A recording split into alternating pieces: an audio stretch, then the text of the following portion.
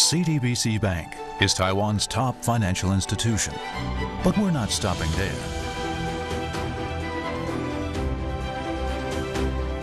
We're crafting an international brand and already have over 260 outlets in 14 countries. We are by your side, ready to embrace the future.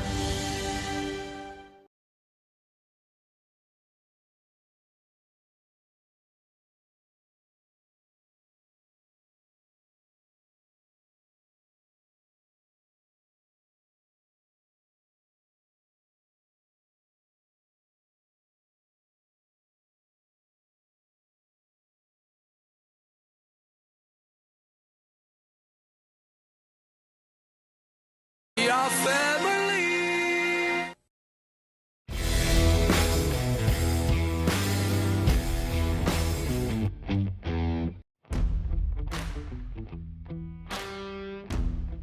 Have his Flash Summoner, and it looks like Koala wants to try and take a fight. Oh, whoa! He really got the stretch on that hook right there. That's the rocket. Koala is going to be able to finish the kill on Level the 6. Ignite. Now into the dive. They do find Red Howe for round 2. 665 is way too late to this party. And in the stasis goes Gemini on the stopwatch. They will lose Koala. Coming up on this first Hextech Dragon as well. Should have it down before the answer. Minji, though, he's burning at the moment. Does have the Sleepy Trouble landing. And the follow through. Oh, the stiff arm there. Great body block. And Wako takes down Taco as they're looking for Faith as well. I think this is a double kill for this area, and all of a sudden, what was it? And all of a sudden, things start to turn around once again. Liang is caught out by Quiet, though, and should be falling down unless he can dash his way to freedom. Nice prediction from Quiet. Oh man, Quiet. Watching this bot lane, LeBlanc's not going to do that much damage to your tower, so I would want to see Faith just... Whoop. Oh! Okay, wow, into the combo. Liang is trying to style right now, but he's got to be careful. Quiet can still do some serious damage, but he's running towards the wrong tower. Both junglers in hot pursuit, and Liang is going to finish off the kill without the help of Husha. His advantage now. Wako trying to Nesty. That's the gold card instantly cleansed by Wako, and now things turn just a little bit. Do they get enough damage? As you see Husha going in, but the worst is real as Criscata sends them all to the grave with a massive moonlight.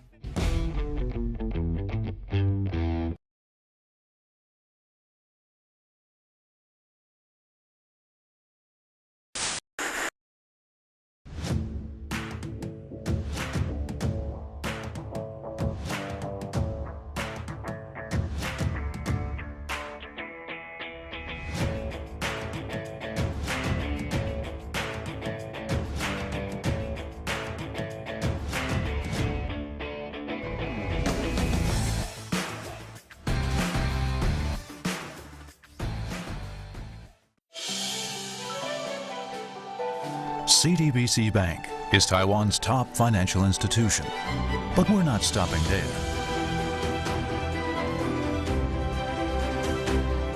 We're crafting an international brand and already have over 260 outlets in 14 countries. We are by your side, ready to embrace the future. Anima Squad deploy. What's up, Doc? I'll bring swift death. Impure fools. Let's see what you're made of.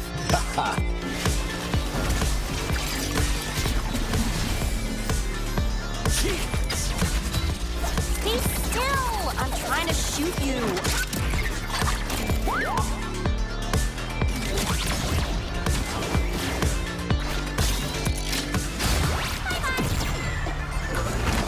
All right, now we're hopping.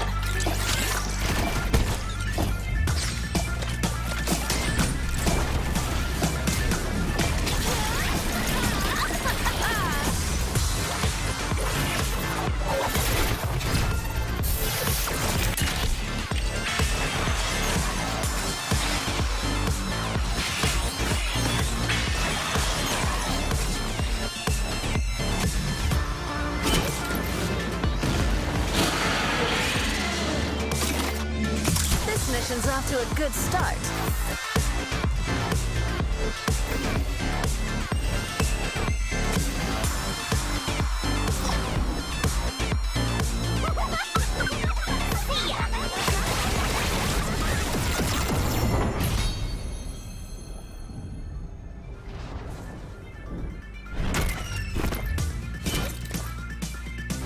Hey, Fishbones! Should we blow something up? You might inconvenience people and hurt their feelings.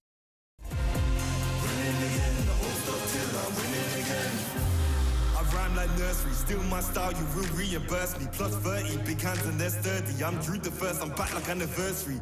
I came back worthy, like I swam in lava till it no longer burns me. I walked the desert for my ego's perjury, working for that zone where you can't outwork me. I'm a big man, but I ain't 32. I came to the front line with like 32. I'm a Rex, that's a shout out to 32. I'm a danger and I play 32. I'm just so 2032. Ahead of my time, so I'm hard like broom. Flows the bomb like I shook the room. I stay lit like Christmas and hot like June. Winning again, I won't stop till I'm winning again. Winning again, I won't stop till I win. It's cold outside and I thought I couldn't do it again. Winning again, I won't stop till I'm winning again. Winning again, I won't stop till I'm winning again. Winning again, I won't stop till I'm winning again. It's cold outside and I thought I couldn't do it again. Winning again, I won't stop till I'm winning again.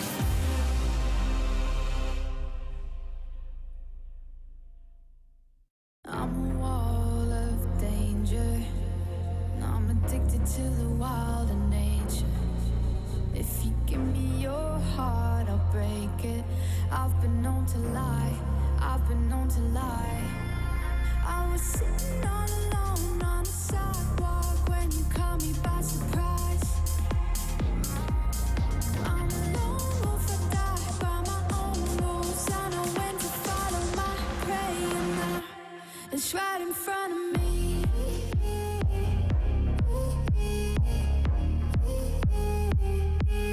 Right in front of me.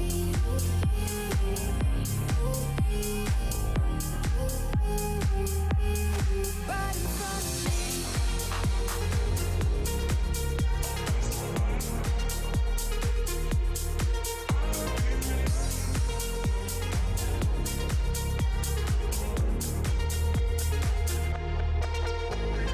I'm not of the mayhem.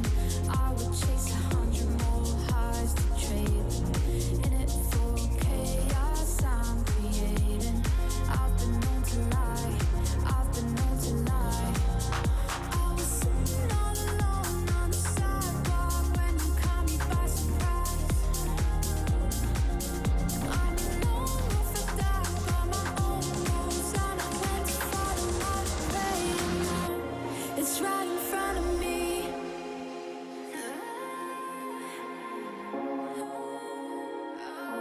It's right in front of me.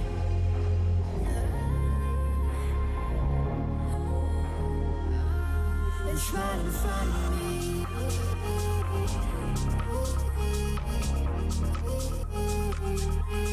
Right in front of me. Right in front of me.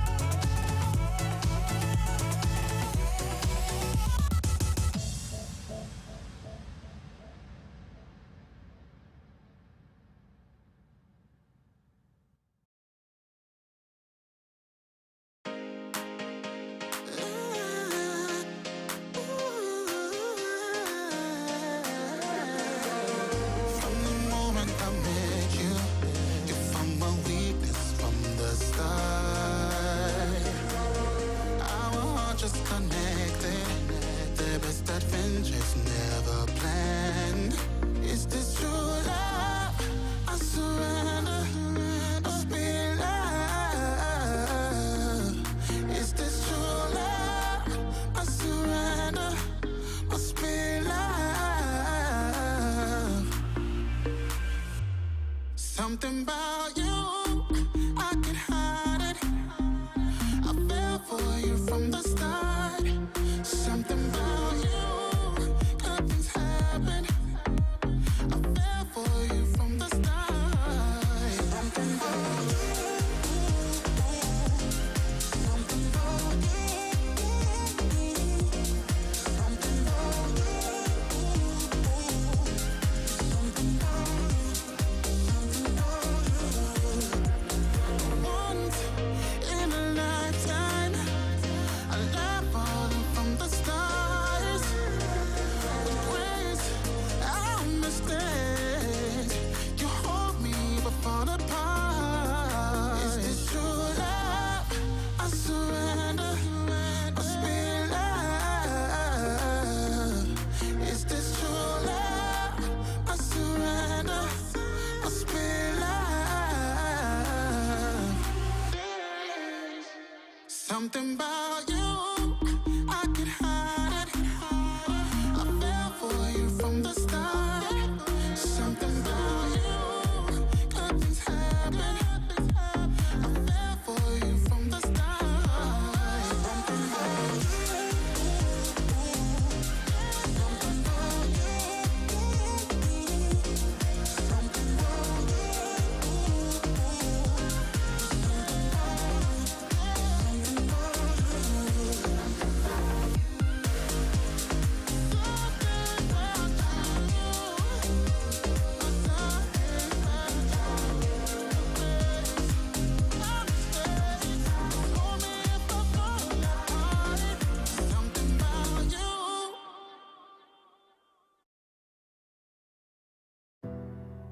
I just came here and I haven't thought this through. Heart on my sleeve, ready to bleed. Wish I had another drink, then I'd have left it. Instead we're gonna go to the brink. Don't you think that we should forget it?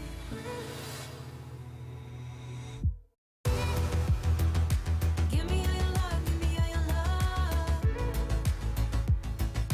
Give me all your love, all your love. Give me that pain, but it's light from above. Give me all your love, all your love. Since I left you, you haven't left my mind. You keep me awake, so for my own sake, I had to come and see your face. Can't erase you anyway. So here we go again. Touch your skin, pull me in. You and me, head swimming. Give me all your love, give me all your love. Give me all your love, all your love. Give me that touch, give me strength from above. Give me all your love, all your love.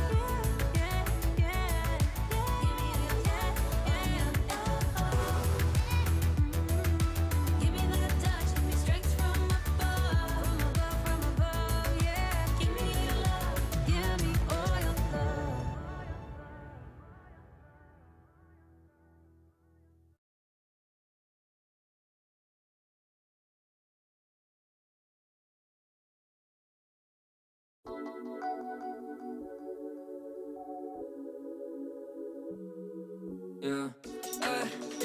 Ich glaub, die Chancen stehen gut, dass wir morgen nicht mehr wissen, was wir heute gemacht haben. Ja, der Boost in meinem Blut killt den Blues, Subwoofer ist zu laut für die Nachbarn. Und ich füll noch was nach, Kühles im Glas und es wärmt mich von innen. Korkenfliegen sind wach, bis am Morgen danach alles von vorne beginnt. Fick auf eure Art und eure bessere Gesellschaft. Ich mach Party ohne Grund, auch wenn ich dafür nicht mal Geld hab. Nein, ich lebe nicht gesund und in den Tag, weil's mir gefällt. Mache Tracks, unterschätzt, diese Mucke ist mein Shelter. Seven vs. Wild, ja, ich bau mir was aus Pflanzen nach, muss dafür nicht in den Wald. Gib mir noch was ein von dem Gift und die Sicht wird langsam dizzy von dem Wein. Seh nicht doppelt, sondern dreifach, wenn der Mond mal wieder scheint. Ja.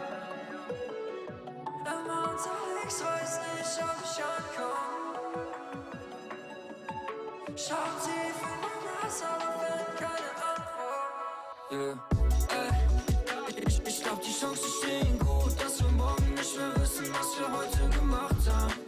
Ja, der Boost in meinem Blut killt den Blues, Subwoofer ist zu laut für die Nachbarn. Und ich füll noch was nach, Kühles im Glas und es wärmt mich von innen. Korkenfliegen sind wach, bis am Morgen danach alles von vorne beginnt. Viele bunte Drinks und ich chill an meinem Block. Tasche voller Ort, deshalb lauf ich vor den Cops. Brüder wollen chillen und ich schaue auf die Glock. Gerade passt es gut, ich habe 20 Gramm gekoppt. Rauche in der Einfahrt, Handy aus dem Weinglas. Wie lang ist es her, dass du das letzte Mal geweint hast? Alles ist im Einklang, ja. Fische nach dem neuesten Shit und das ist nur der Beifang. Immer unterwegs, weiß nicht, ob ich ankomme. Schau tief in mein Herz, aber find keine Antwort.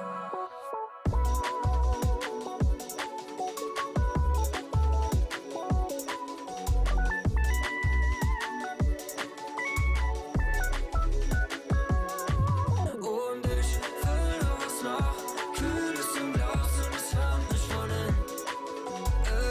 Korkenfliegen sind wach, bis am Morgen danach alles von vorne beginnt.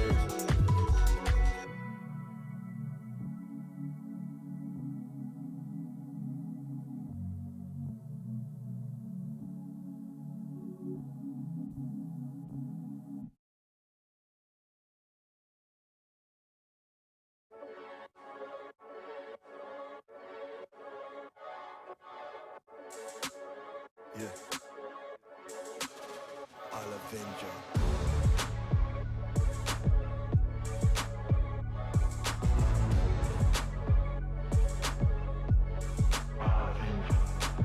It's not long till I evolve to what I'm meant to be. Hometown prophecy, London reinvented me. Elitists do it properly. MJ would have rocked with me. It feels like a crown is the only thing on top of me. Honest things in CD, get high like PG. Guys is like Ouija, stay smart like 3P. Get fly like ET, live east like E3. I am the only trilogy that be no repeat. I kill the beat, I slay the beat, I kill the beat, I'm an avenger. I kill the beat, I slay the beat, I kill the beat, I'm an avenger. I kill the beat, I slay the beat, I kill the beat, I'm an avenger. I kill the beat, I slay the beat, I kill the beat. I represent evolution like Charmander. Come through on the mic with a hard banger. Biblical with the bars, I'm the last rapture. I'm Picasso with the pen, this is art grammar. Lightning with the flow, call me for the rapper. I've been through some stuff, you will marvel at my chapter. Loud with the amp, but I call it a big bagger. And I'll elevate my family, the only thing that matters. I killed the beat, I slayed the beat, I killed the beat, I'm an avenger. I killed the beat, I slayed the beat, I killed the beat, I'm an avenger. I killed the beat, I slayed the beat, I killed the beat, I'm an avenger. I killed the beat, I slayed the beat, I killed the beat. I killed the beat, I slayed the beat, I killed the beat, I'm an avenger. I killed the beat, I slayed the beat, I killed the beat, I'm an avenger. I killed the beat, I slayed the beat, I killed the beat, I'm an avenger.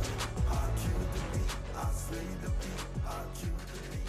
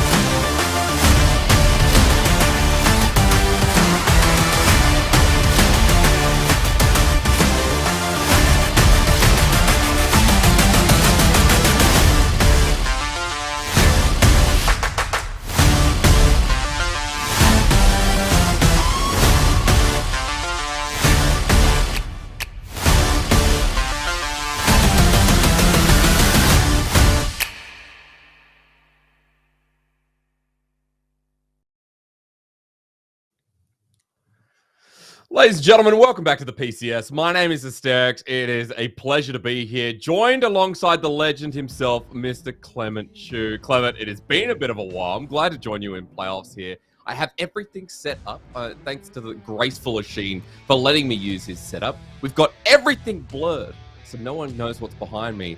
And we also have a thank you message before we get into it. Clement, CDBC, Bank, and Caliber. Big thank you to them. Our sponsors also coming through: Riot Games, Carry Live Co, and Garena for PCS's league. Full operation and production. Now that we've gone through that, Clement, how are you, man? It's been like at least 4 or 5 weeks since we last talked. Yeah, I'm super stoked to have you here and also to have the debut of some of our top 2 teams finally coming online. It's been over close to 3 weeks since we've last seen J-Team, and we also have PSG tomorrow, so the second round in the upper bracket is where it's at. Yeah, it is, because again, our second round, I mean, it's going to be banging, especially up here. PSG, DCG, J-Team, CFO, 4 teams at the moment that people are expecting to make a full or partial run. And here at the PCS, you know, Clement, I've been shooting in from the sidelines, I've been watching, and I feel like some of our games so far have been pretty one-sided, right? Like, especially with CFO, as they've started off their playoff run quite dominant, opening up against MFT. Definitely has been the case. We saw a 3-1, just kind of a lane gap between the 2 squads, to be completely expected. But for this matchup between CFO and J-Team in our series of the J-Team Multiverse, I think this has the potential to be our longest best of 5 out of any of the games so far. I expect this one to go the distance, a full 5 games, because these 2 teams are incredibly evenly matched.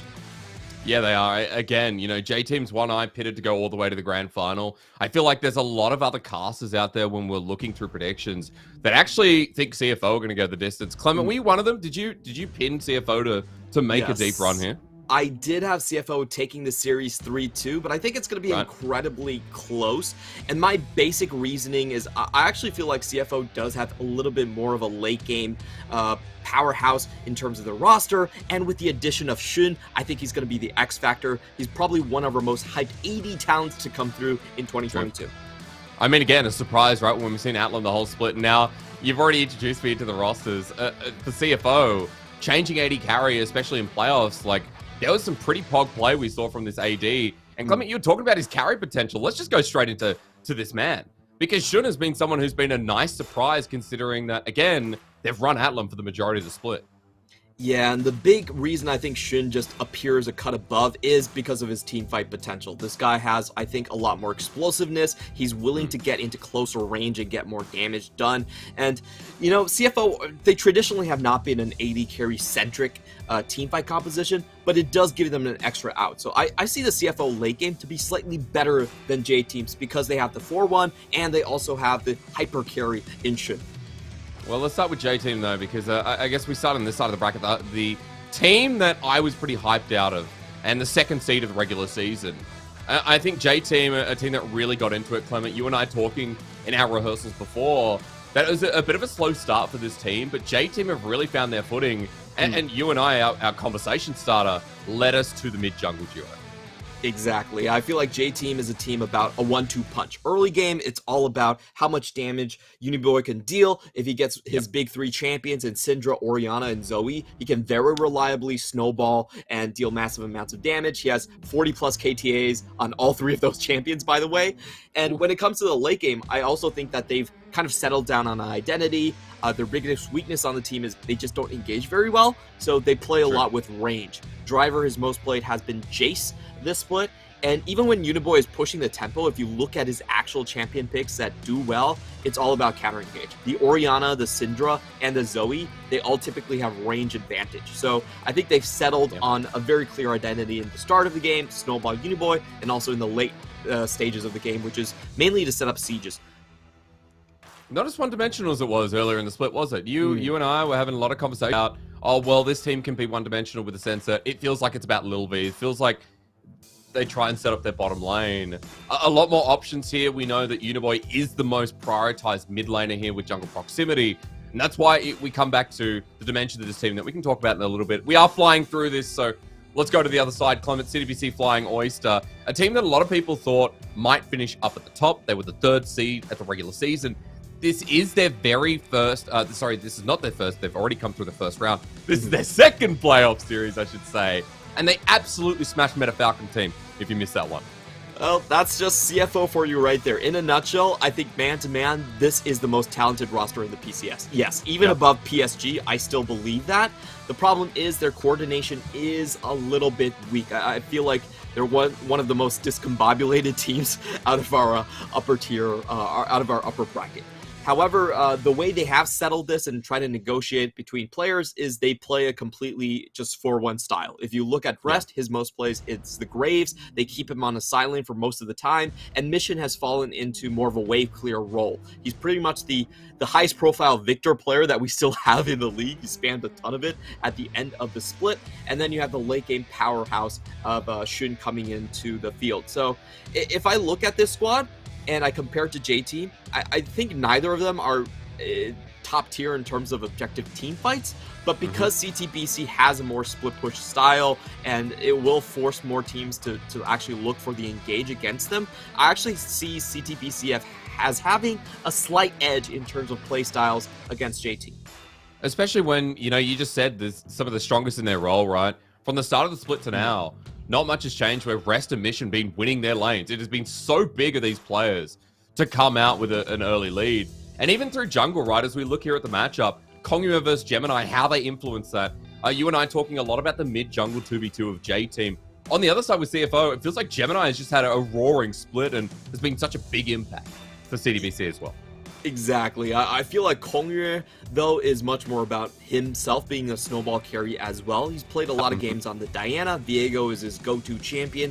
So he's trying to play more of a two-man game with his mad companion in Uniboy compared to Gemini. Gemini actually has very low jungle proximity with Mission, and Mission in this current iteration is more of a wave-clearing bot. He's there for the late game, but not really for the early game. So I don't expect these guys to actually run paths too often. I think Kongyue, what he's going to try and do is just going to try to take Uniboy out of lane, try to find ganks elsewhere, while Gemini is most likely going to be far more defensive in the setup. He's going to go for the strong early game junglers in Lee Sin and Volibear and just try to keep Kongyue in check. Let's talk about that a bit, because it overlaps, doesn't it, with jungle pool. Lee Sin here seems like a very big priority in the series. As we go into pick and ban, as we welcome you into our second round, just a quick reminder here that we're in the upper bracket. Now, if any of these teams take a loss today, they will move down and go up against Frank Esports. Clement, am I correct? Or are we going down and beyond? I'm not exactly sure 100%, but either way, they're favored. Yeah, a top tier team, right? Again, J-Team CFO, second and third seed. We'll clarify that one in a moment. Let's go on to pick and ban. Clement, that Lee Sin I talked about is open. What else do you want to see coming through here?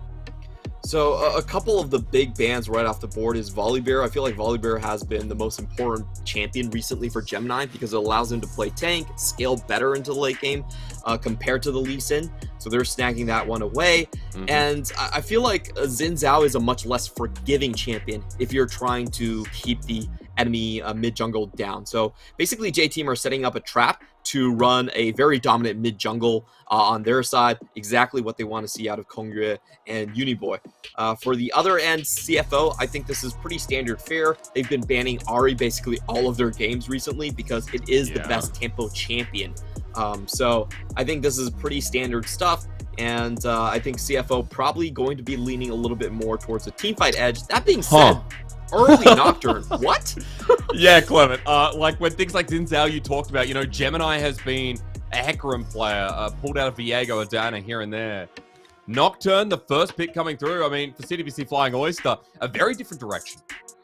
I'm a little bit curious about this one because the Nocturne, though it does have a good 1v1 matchup versus Lee Sin, it forces your composition to be much more about engage. And that has always been one of the weakest spots of CFO, is that they're just not a very good engage team. So it does seem like CFO, they're trying to...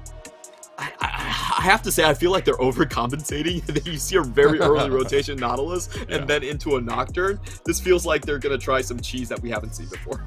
Yeah, as we get the Jinx lock in as well. I'm curious about how this rounds out. Let's take a back step, though, because J-Team, it's a strong 2v2, Clement.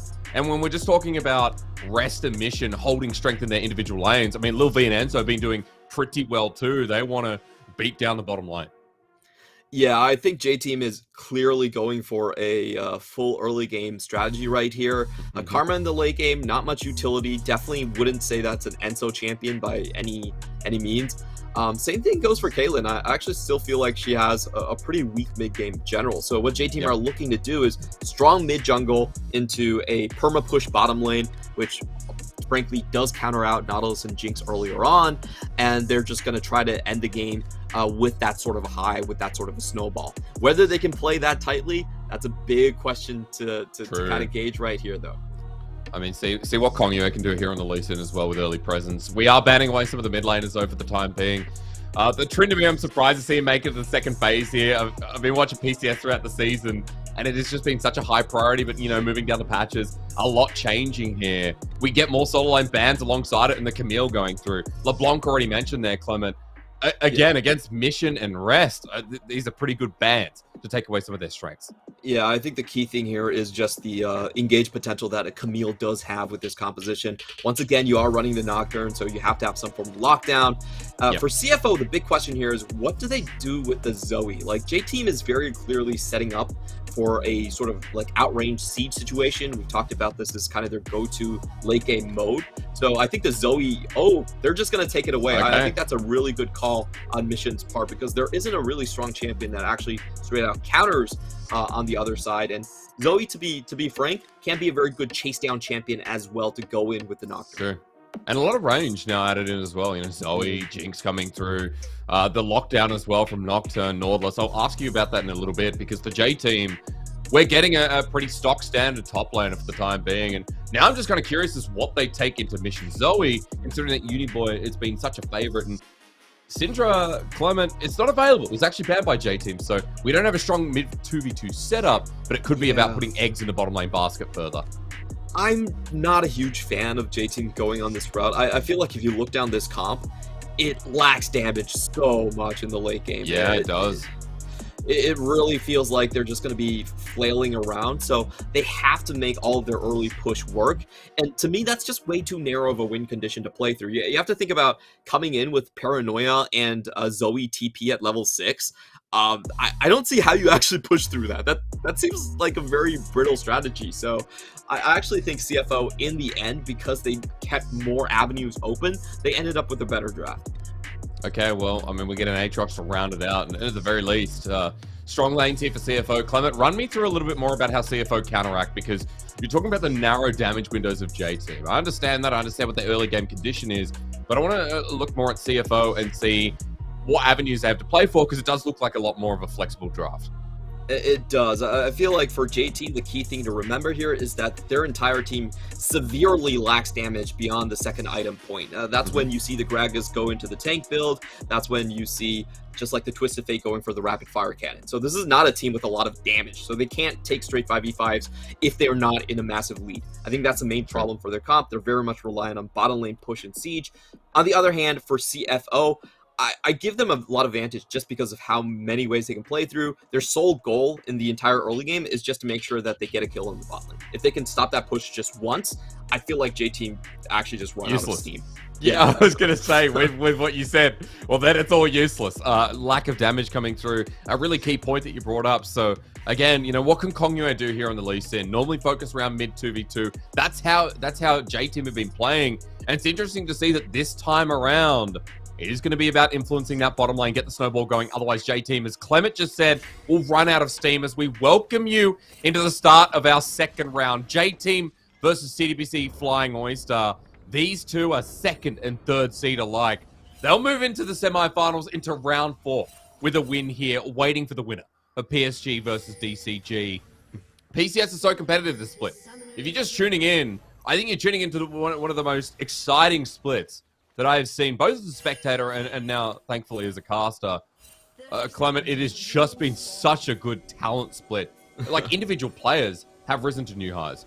Yeah, we did have the, you know, sort of dethroning of Beyond Gaming, and that opened up the way to the 3 J teams to kind of take over. So we have a really good split.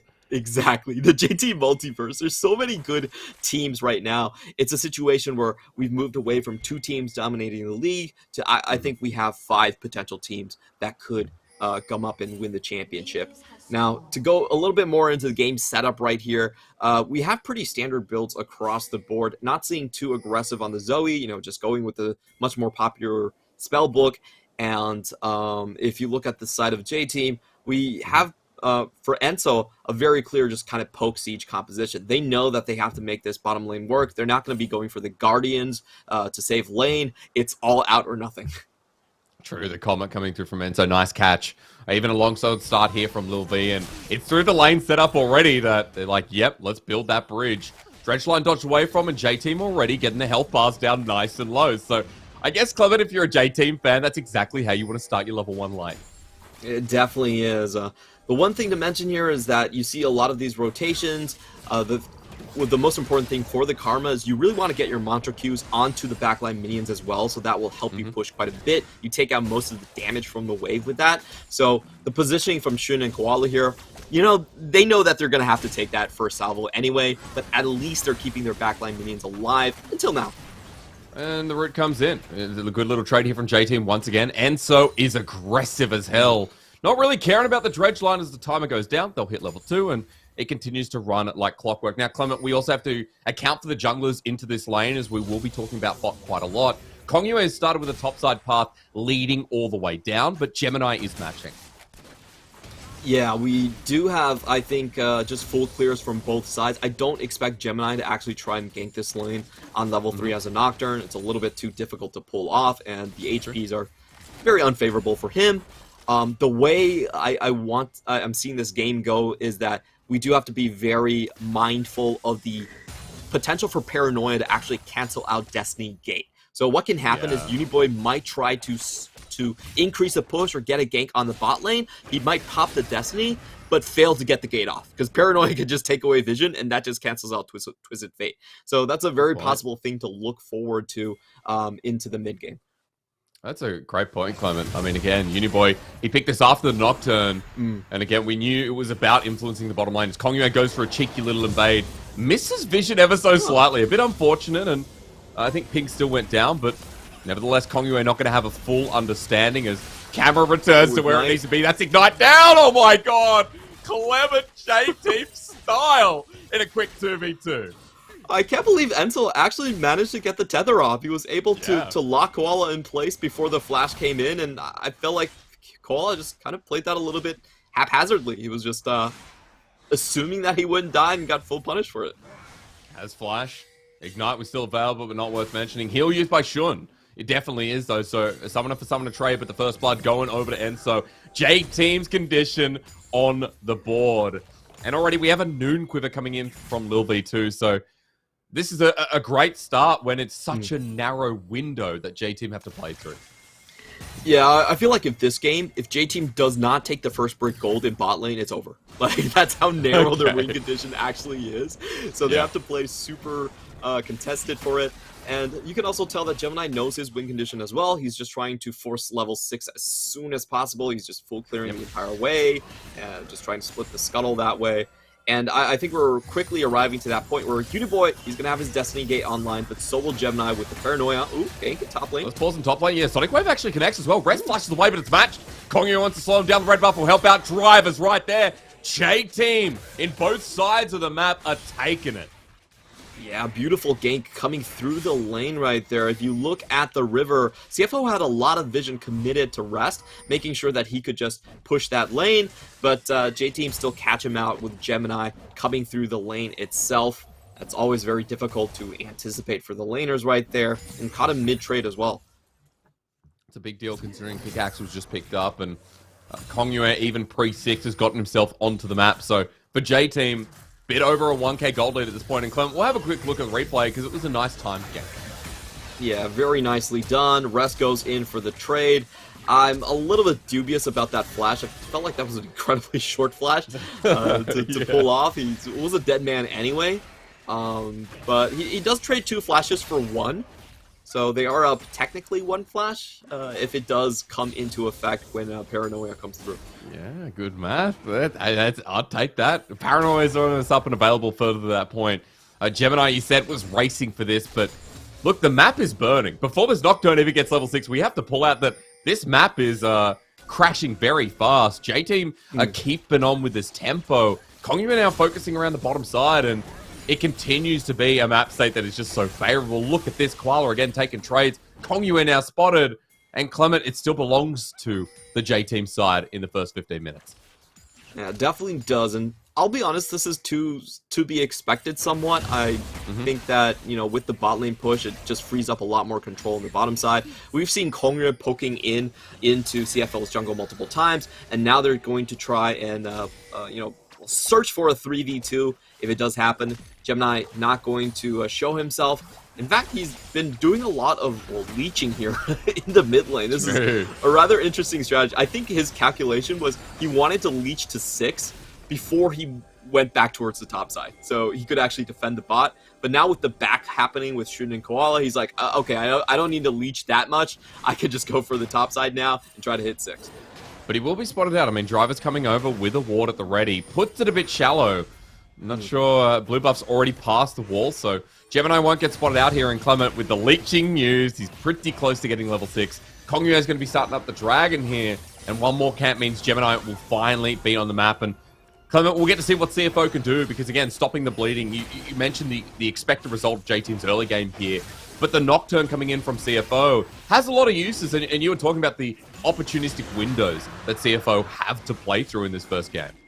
Yeah, there's a lot of different ways they can utilize this gank potential coming in from Mission. He can pick up extra summoners. You know, there are a lot of different boost ups that the Zoe could take. You could take the Rocket Belt. You could take even the Shirelia's Reverie just off the ground and suddenly appear in the bottom side. So I feel like the next couple of minutes, J-Team is going to have a much harder time trying to shove in onto this bot lane. And I do like this idea that they're showing right here. J-Team are like, okay, if we actually just try to do a 2-man push in bot lane, it's probably too risky. So how about we just do a quick recall into a potential Herald. I think that might be a smarter strategy to continue the siege rather than playing up against Zoe that is lane control plus the Nocturne. True. Level 6 for Gemini now picked up. Gemini going to be starting up the Herald, so a good little tempo play here from CFO to potentially deny that. Remember, resets haven't come through. And right now, J-Team are outnumbered if they walk in. And it looks like J-Team are just going to let this go, instead trying to all in onto the bottom side with the 1v2.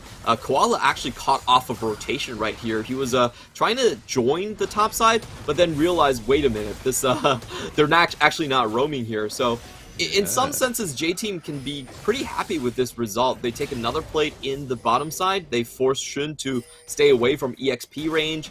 And, you know, the Herald, I think it's most likely going to get dropped mid, but it's going to be a while until they can transition pressure into the bot side again.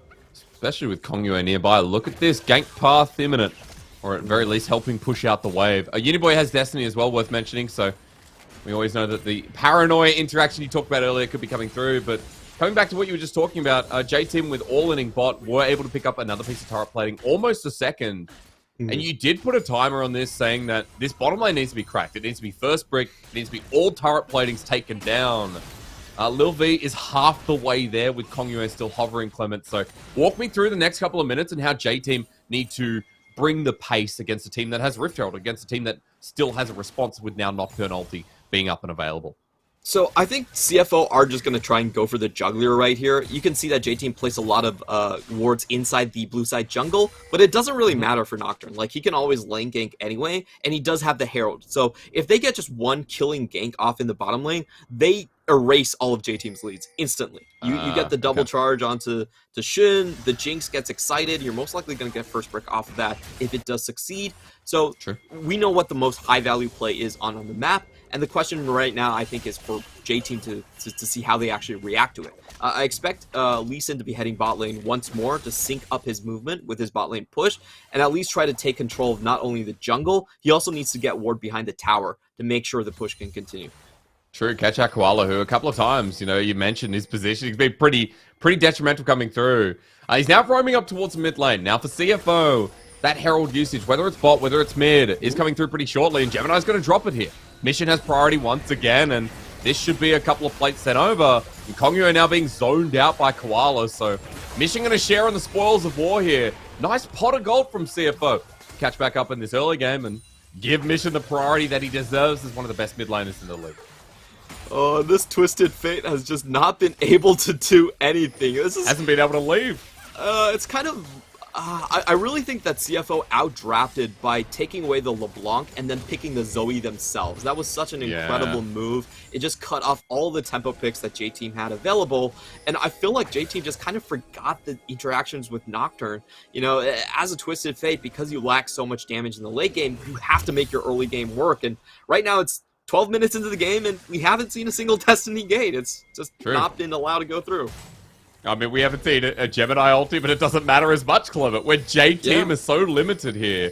I love how you talk about draft because you were being so nice. You're like, I'm not sure I like this. Instead of saying, this is pretty rough. For J-Team, it's been corner after corner that they've been hitting through here. And what I mean by that is that they've been pushing bottom wave, but CFO, they are that corner. They always have a response here.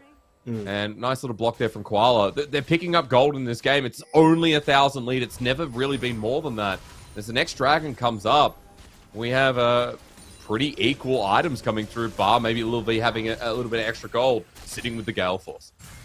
Yeah, for sure here. This is a good power spike for J-Team, so I expect them to push extremely hard on this back.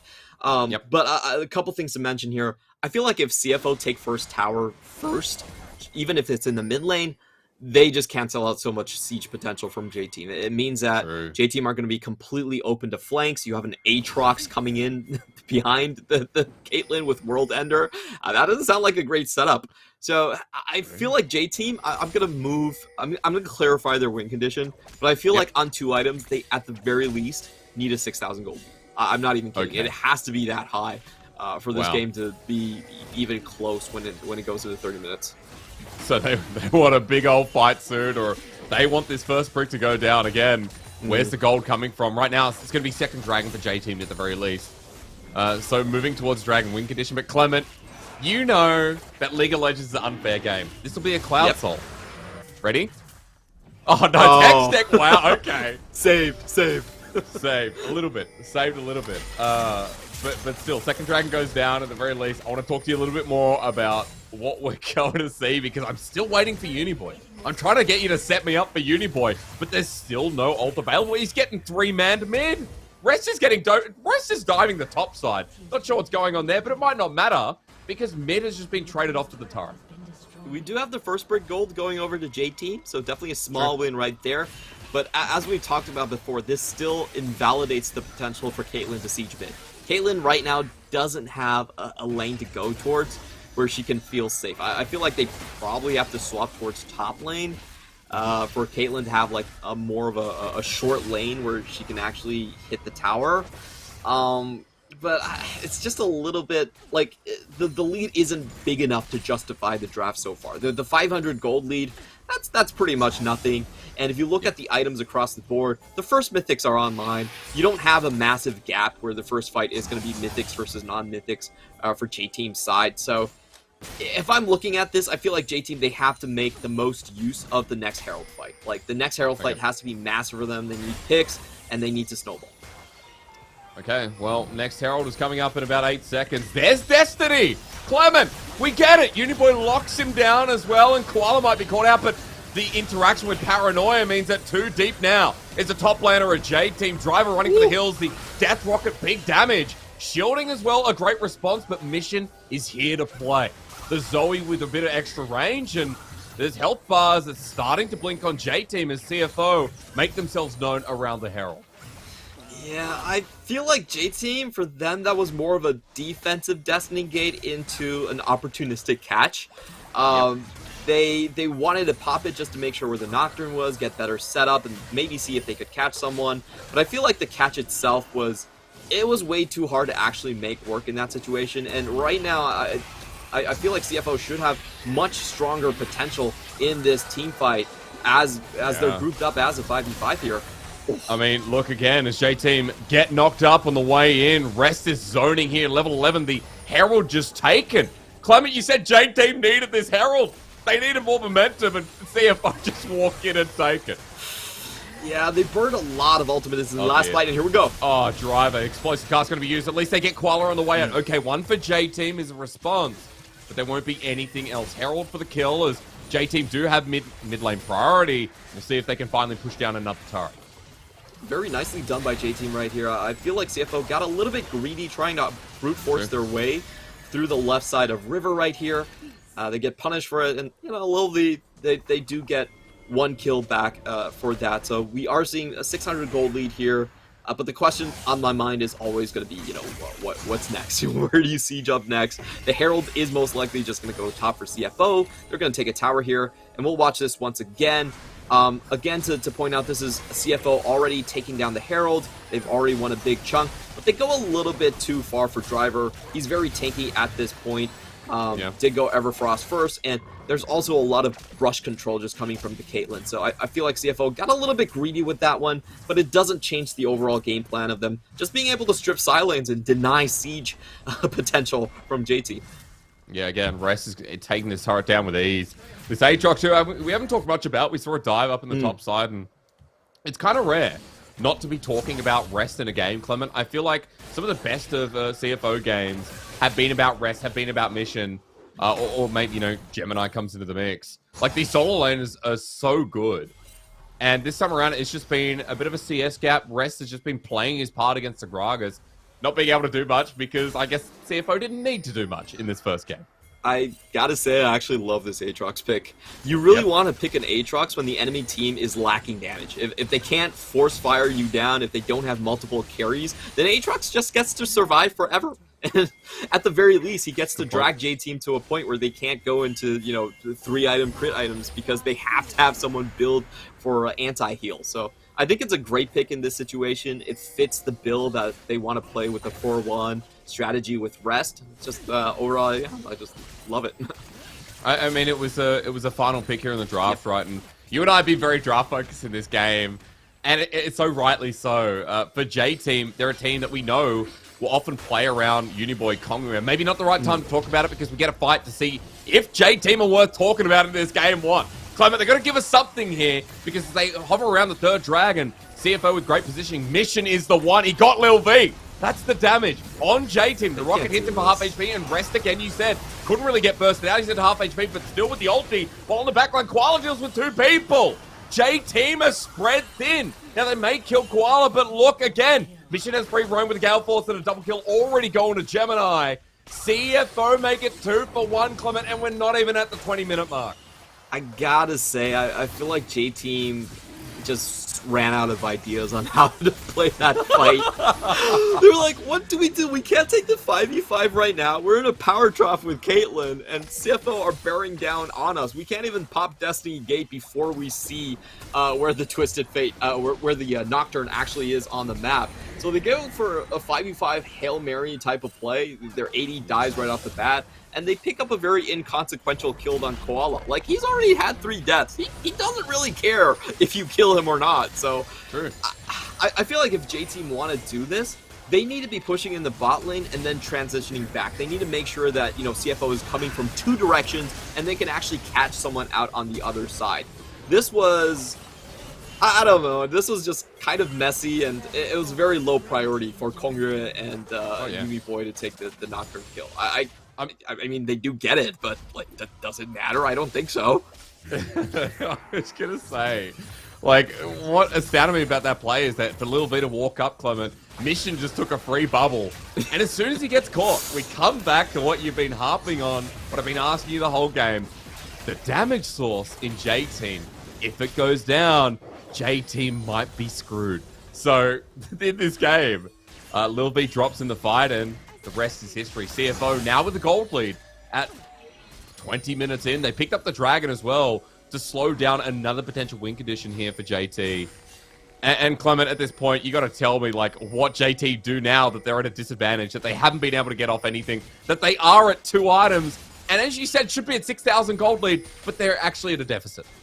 There's one thing I will guarantee you about the upcoming games in the series. We will never see a Twisted Fate counterpick himself into a Nocturne. Like, that's just not going to happen afterwards.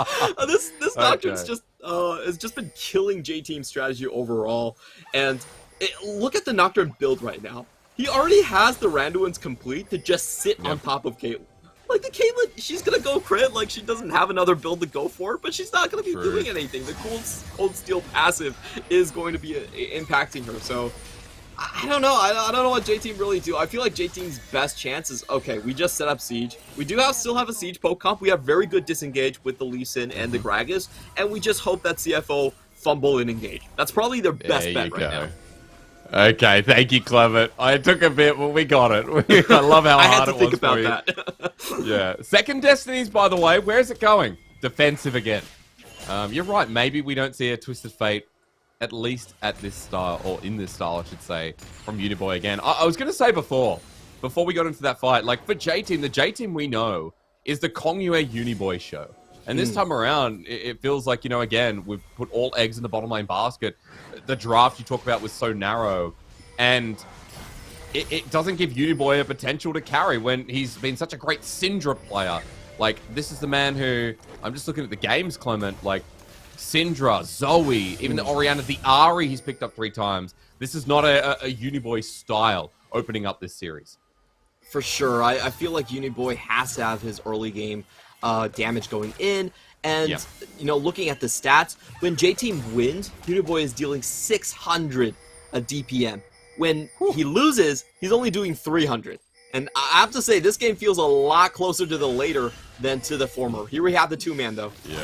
Yeah, we'll see what they can do. Gold card is going to be spell shielded and immediately just stop. Sonic Wave means nothing here. Gemini holding 2 members at bay while the rest of CFO are barreling down the mid lane, Clement. Yeah, we'll see how they... here comes Mission. On a trap, does he care? That was close. Lil V burns the heal preemptively.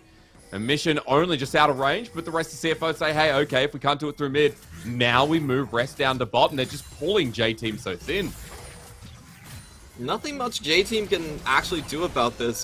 They went for a super risky play in the top side, got completely countered by Gemini and just a spell shield right off. Yep. They have no answer on the other side of the map. They essentially take half their tower HP in the mid lane and take a full tower in the bot side. So CFO are now in a very sizable lead, and it's going to get worse because CFO can split push now with Rest. He's going to be able to stay alive even against Kongyue and Uniboy. I think if those two try to take down Rest might very well just win the 1v2. True. I mean, that's a huge CS gap, and 2.5 items strong is going to mean so much.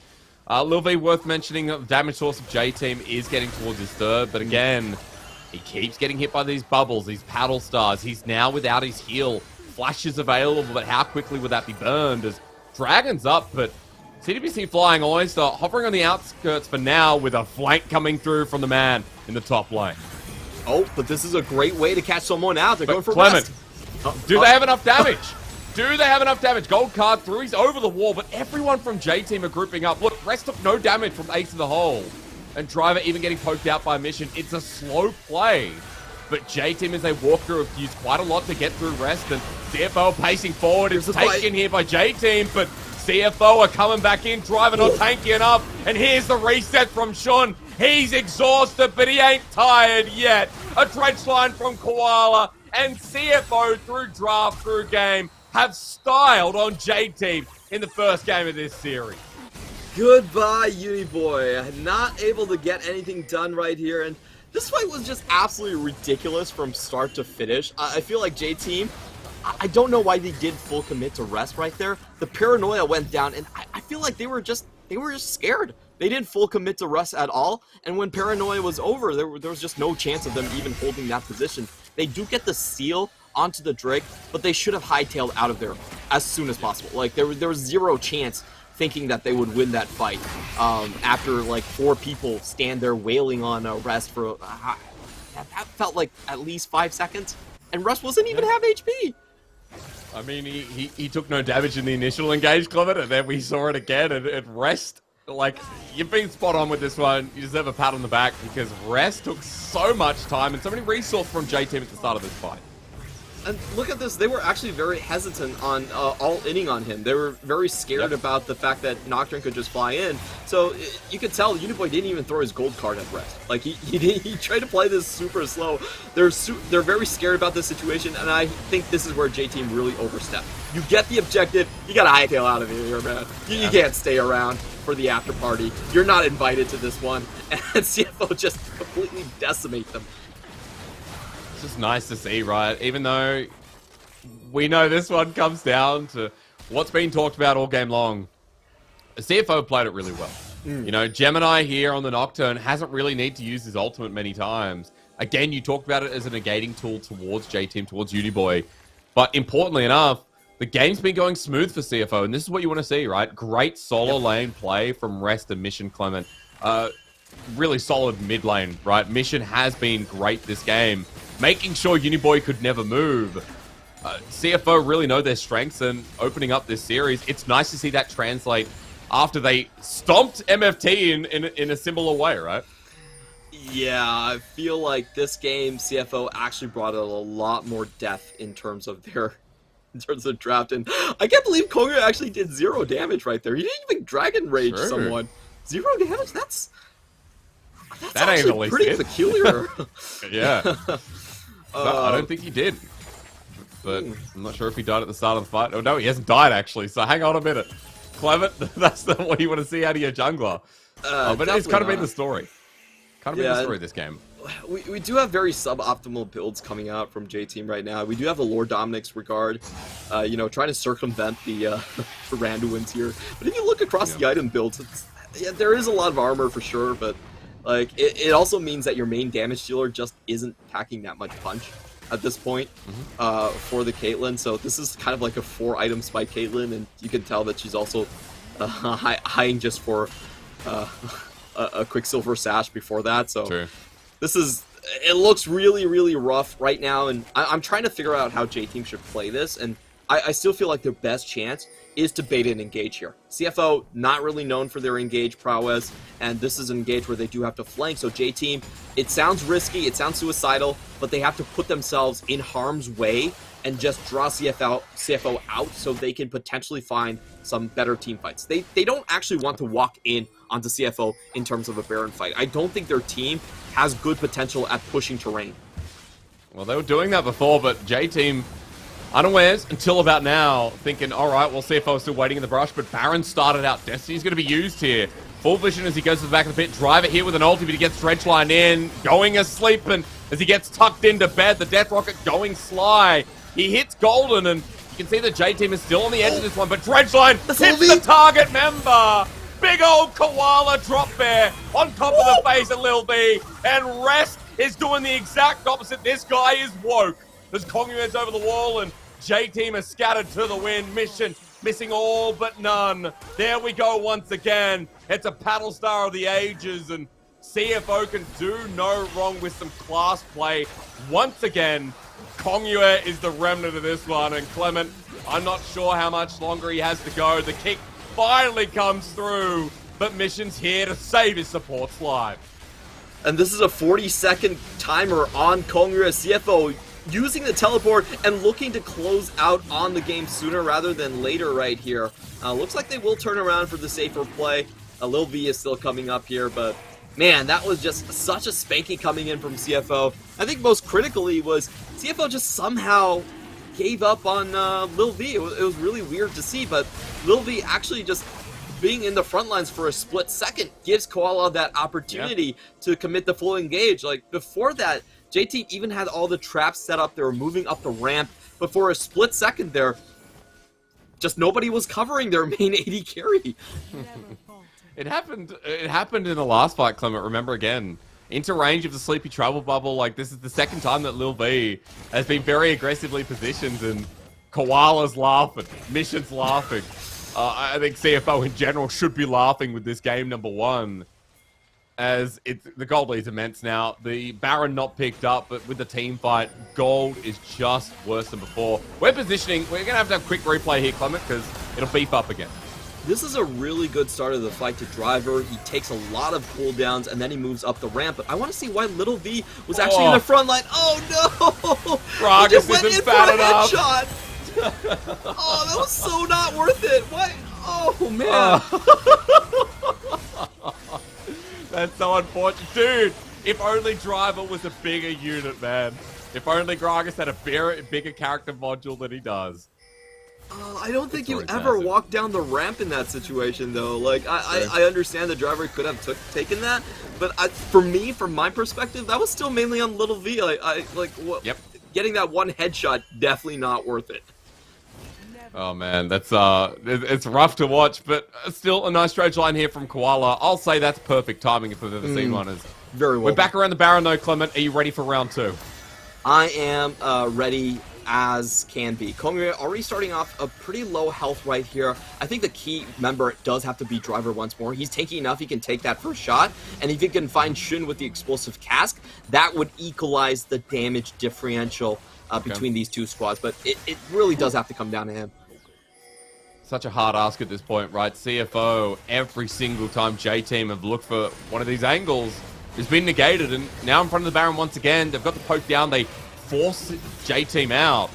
Baron starts, and it's going down pretty quick. J-Team moving in, and Kongyue needs a miracle still for this game 1 to turn back around, but Driver again reeled back in. Gemini pulling off, and Baron stopped. J-Team may have stopped it for now, but CFO still hovering around, and looks like for now it'll be stopped. It will actually be a base return, which is good for J-Team to say the least. Yeah, really nicely done here by Driver. You know, he knows that he's the only one that can open up the map, so he's poking his head in there. He's getting a lot of good poke damage. And if you look at his build, he is going to be going for at least 2 AP items here. So that's going to be very helpful around the Baron Pit, where you do have the big purple worm shredding everyone's MR resistances. And I do like this setup from J-Team, where they're basically placing a whole line of traps. And if you try to go forward, what they can do is just explosive cask, split your formation, and focus one target that actually gets trapped on the on this Yordle trap line. So very well done here by them, but they still need to execute it. They need to pull it off to come back into the game. Again, seems hard, but like you explained it, Driver, Lil V interaction, important to notice. Destiny's over the wall. But Paranoia used Clement. He's been found out. And as he comes out, Boy just realizes he's dead. Dredgeline goes in against the wall, but doesn't matter while Rest is dealing with the rest of them. Lil V in a lot of trouble here as Driver about to get exploded. Rest flashing forward. The chase begins. And even though they get out, Koala still here with a flash, a depth charge, and Rest will begin again. Lil V running for his life. He cleanses out the dredge line, blocked by a minion. Luckily, they escape, but the rest of their team in shambles as CFO run it down the mid lane. They want this one to end now. Yeah, CFO just charging down. 4v2 in this juncture. How long can Lil V stay alive? He's got that red buff. He's kiting back and forth, but he's severely outnumbered right here. Unfortunately for them, though, Driver is able to shake away from Gemini, so he's able to return to base, and it looks like CFO will turn around for the Baron instead. Part 4, Clever. We've seen Baron started so many times. Uniboy without his ulti, though, and Kongyue has only just respawned, so if this one gets started up, there's going to be no jungle presence, but CFO are backing once again. So, Clement, this game going a little bit longer than I expected, but I guess CFO are just going to keep having fun because everything keeps going right for this team. Yeah, I don't think they really mind about these scuffles right here. Now it's J-Team going for the desperation play, but this is a Hex Gate map. You can come towards the Baron Pit so quickly. Oof. Gemini has ult. 5k. They're still burning it down. Teleport's being used. CFO need to make a move, though. They're nowhere near the pit. Paranoia is going to be burnt, but they need to get on in. Gemini, for the steal, walks right in. It's not going down. He gets kicked away. The side, though, he walks back up. J-Team didn't focus the Baron, Clement. Not enough damage. Feels like a broken record statement that we've been saying. And as the Baron gets stolen under their nose, it truly reads true when we say that nothing in Game 1 has gone right from start to finish for J-Team. Oh, this is going to be such a massacre right here. Uniboy trying to fly away and he still gets taken down. Well, that's the game. Clement. Oh, boy. I gotta say, this is probably the most one-sided draft diff game we have seen out of the entirety of playoffs. J-Team backed themselves into a massive corner. You could tell that they had no idea how they were supposed to take the fights in the later phase of the game because they just didn't have a win condition for it. There's no way they were supposed to win these 5v5s in the last couple of ones. They were pretty entertaining, but I don't think it's a very serious matter. Like, we saw like Uniboy flying into the backline and realizing, wait a minute, my team actually has no chase potential. They don't have damage, and I've just set myself in the middle of 4 people. in the last fight as well. You can see that, hey, they already taken down the Nocturne to 500 HP, and they still don't have the damage to kill him. The Nocturne just walks right back in and even takes the Baron. What was that? Oh, God. It's such a sad story for J-Team, and I can't help but laugh. I feel bad because, you know, J-Team had some windows in the early game. We saw the strength in the first 5 minutes, but the ball didn't keep rolling. CFO had such a tame game, and even after 4 or 5 attempts at the Baron, you're still sitting there going, well, it doesn't really matter for CDBC Flying Oyster because everything was built for their composition. They're very well-rounded composition, Clement, it's fair to say, because that game number 1, you're right. I don't think I've seen a draft diff, you know, LPL or PCS, that massive in most of the regular season for both leagues. Like, it was very cut and dry. Yeah, and I think this does harken back to some of the ideas that they drafted. If you're going for the Caitlyn and Karma, I feel like you have to do what T1 does and commit to a full 3-lane win composition. You can't kind of back out midway and say, oh, I'm just going to go for Gragas in the top lane. Gragas does not win you lane, by the way. You can't go for, like, Twisted Fate. These are not winning lanes. I think if they wanted to go with this strategy, they had to hard commit. They had to go for the Renekton, and they had to go for the keep the Syndra LeBlancs open. I think that was the most important thing about this draft. You have to go full early game if you want to go in this fashion. And because of the draft, they had no teamfight win condition. Like, I don't think they knew what they were supposed to do in teamfights at all. Like, didn't we talk heavily about the strength of J-Team in the early game? Like, Uniboy, Kongyue, been a really strong mid 2v2. Drivers impressed us a lot. And it was just a completely different direction from when we said, hey, these guys, I think we'll draft towards mid 2v2. They banned out Syndra themselves. We lost a couple of mid laners along the way. It was sad to see that this wasn't the J team that deserves to be in the second seed, right? Or rather, the second seed at the end of the season. Yeah, for sure. But I will say one thing that I don't think this was, we didn't get to see J team, they didn't flunk in execution much at all. I feel like this was just purely a draft loss. They go back to the board. If I'm the coach, I stand up and I say, sorry players, I drafted you a terrible draft. We're going to go back. We're going to wipe this game clean. And you guys actually didn't play that bad. You just weren't given the tools to success, and the win conditions were too narrow. So I think that's how J-Team has to approach game 2. They just wipe this completely off of their mind. The coach has to just, he doesn't have to take out the Japanese knives just yet, but he can just say sorry to the team, and we move. Clement, we've the belt, the orange is probably better there, but the knives, oh man, it's not that. It's only game 1. It's game 1. It's game 1. Oranges first, then we get to the knives. Okay. At the very least, you're right. Coming back to it and giving some credit where credit's due. I mean, Lil V and Enzo in the 2v2 had a very good early laning phase, right? We did see some semblance of a gold lead for J-Team, but it's the transition, right? And I think it's worth mentioning Mission in this game, Clement, because even though Uniboy had a couple of ults later on, in the early game, he could never leave lane. Like, Mission smashed him on what is considered Uniboy's favorite pick. Yeah, we didn't see the first Destiny Gate until the tower plates were gone. So that's not what you really want to do with a Siege Bow composition. And I just think it's a matter of them running the Twisted Fate into the Nocturne. They already saw the Nocturne. They ran the Twisted Fate into it regardless. And it mainly did come from CFO recognizing that the last viable champion coming in from Uniboy is that Zoe. So I think in the next draft, we will see a much higher priority on the champions for Uniboy. Again, his big 3 is Orianna, Syndra, and Zoe. If he gets one of those big 3s, so far his KDAs have remained over 40. So I think if he gets one of them, then they're in a much better position.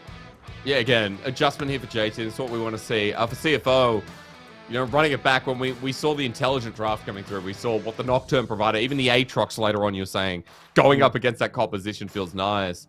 And it is nice, again, to see strengthened solo lines from CFO.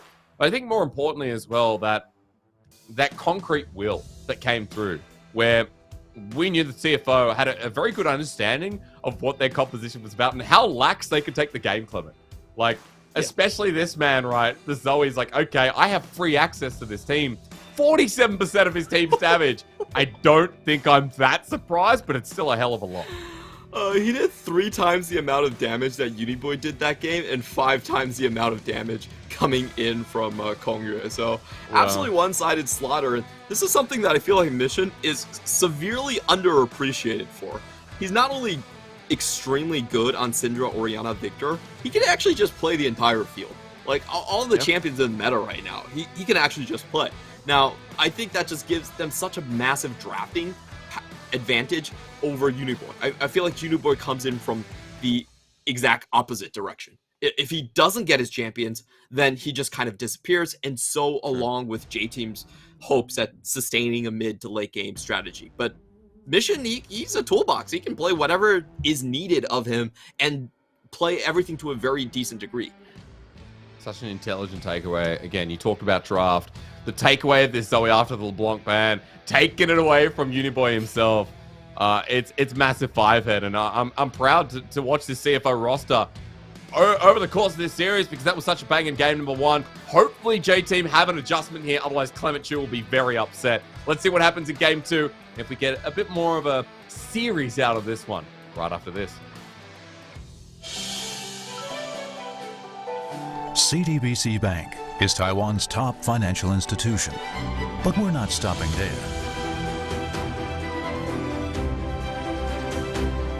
We're crafting an international brand and already have over 260 outlets in 14 countries.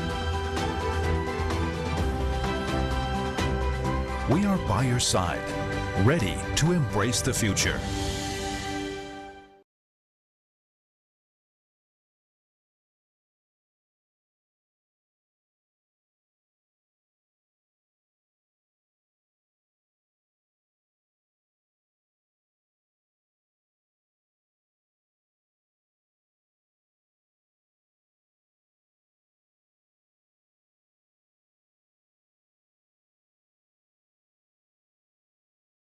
Your family.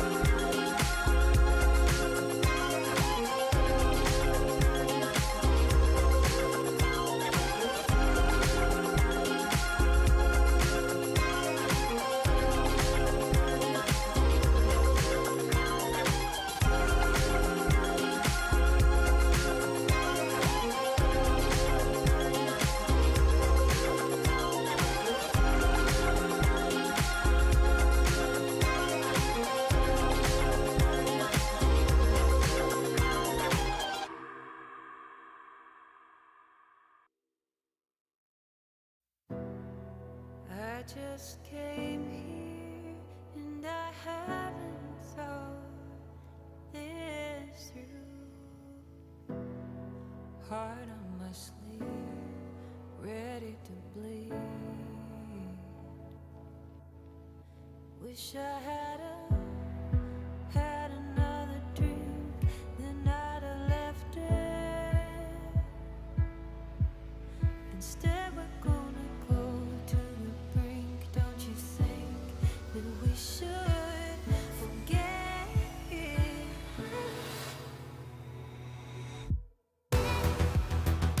Give me all your love, give me all your love. Give me all your love, all your love. Give me that pain, but it's light from above. Give me all your love, all your love. Since I left you, you haven't left my mind.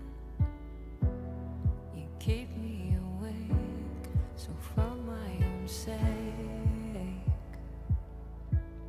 I had to come and see your face. Can't erase you anyway. So here we go again. Touch your skin, pull me in. You and me, head swimming. Give me all your love, give me all your love. Give me all your love, all your love. Give me that touch, give me strength from above. Give me all your love, all your love.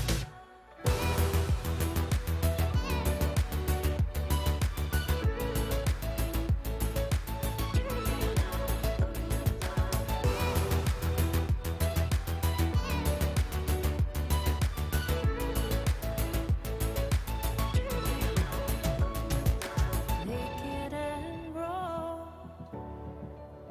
with your failures and your flaws. Bring me what you are, the lightness in the dark. Naked and raw, with your failures and your flaws. Bring me what you are. Give me your failures and your flaws. Give me all your love, give me all your love. Give me all your love, give me all your love, all your love. Give me that pain, but it's light from above. Light from above. Give me all your love, all your love. Give me all your love, give me all your love. Yeah, yeah, yeah. Give me all your love, all your love. Give me that touch, give me strength from above. From above, yeah. Give me all your love, give me all your love.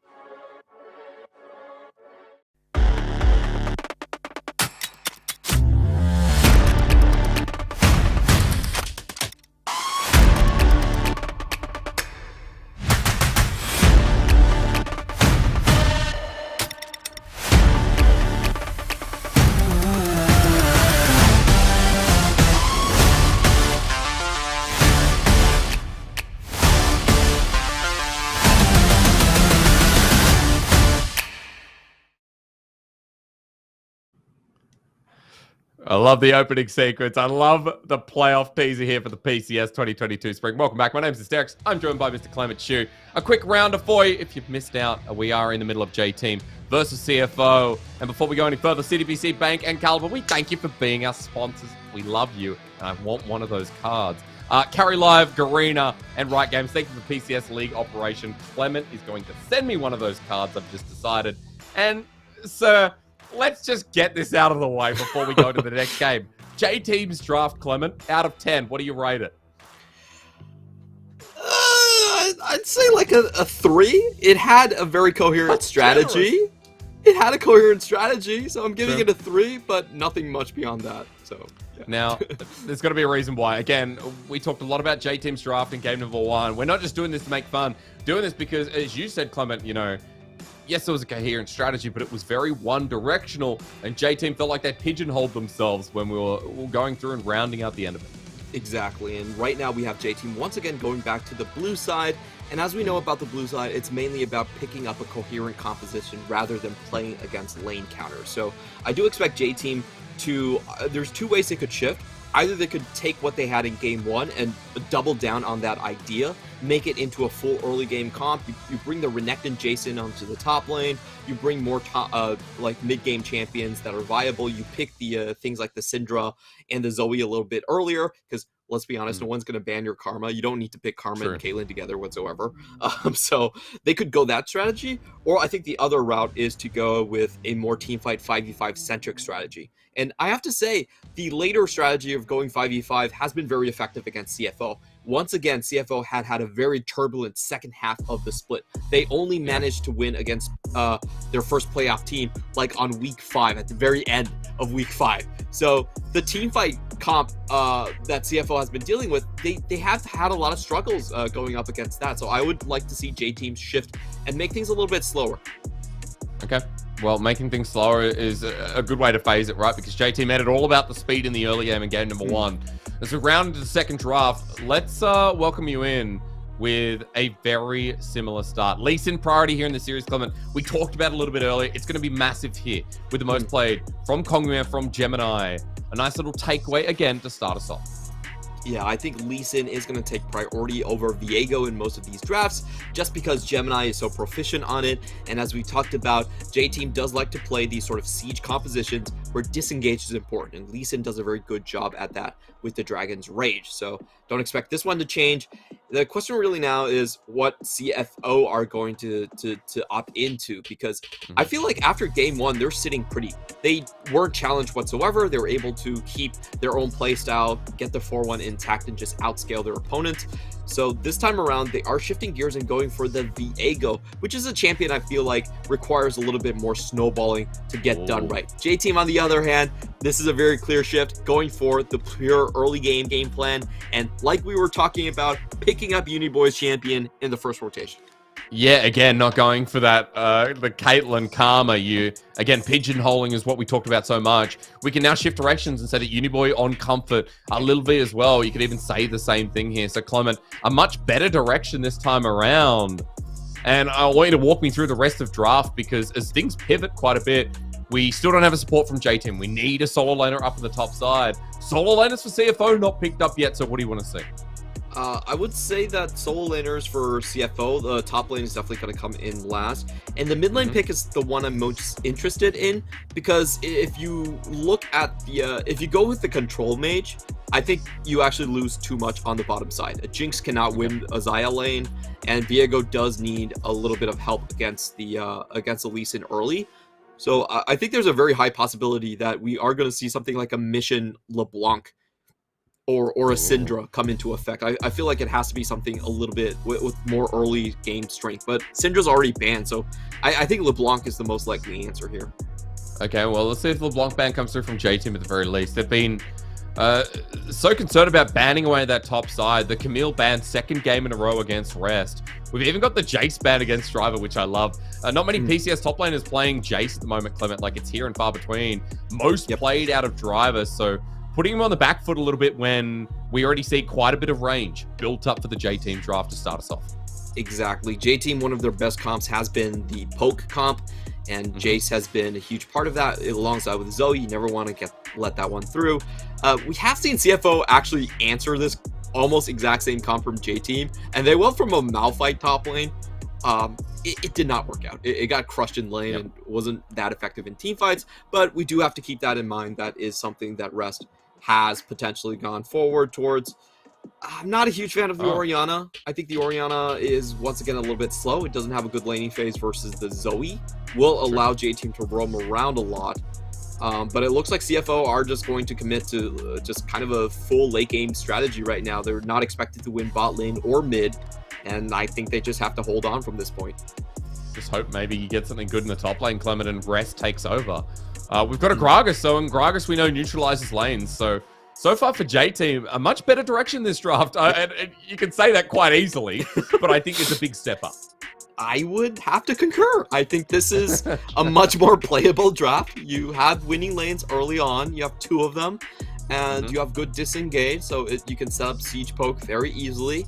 You're expected to just barrel through the early mid game, and then you have a super powerful engaged champion in the set that can be very dominating in lane as well. So I like what J-Team has set up. It's very easy to play through. You have the bot push.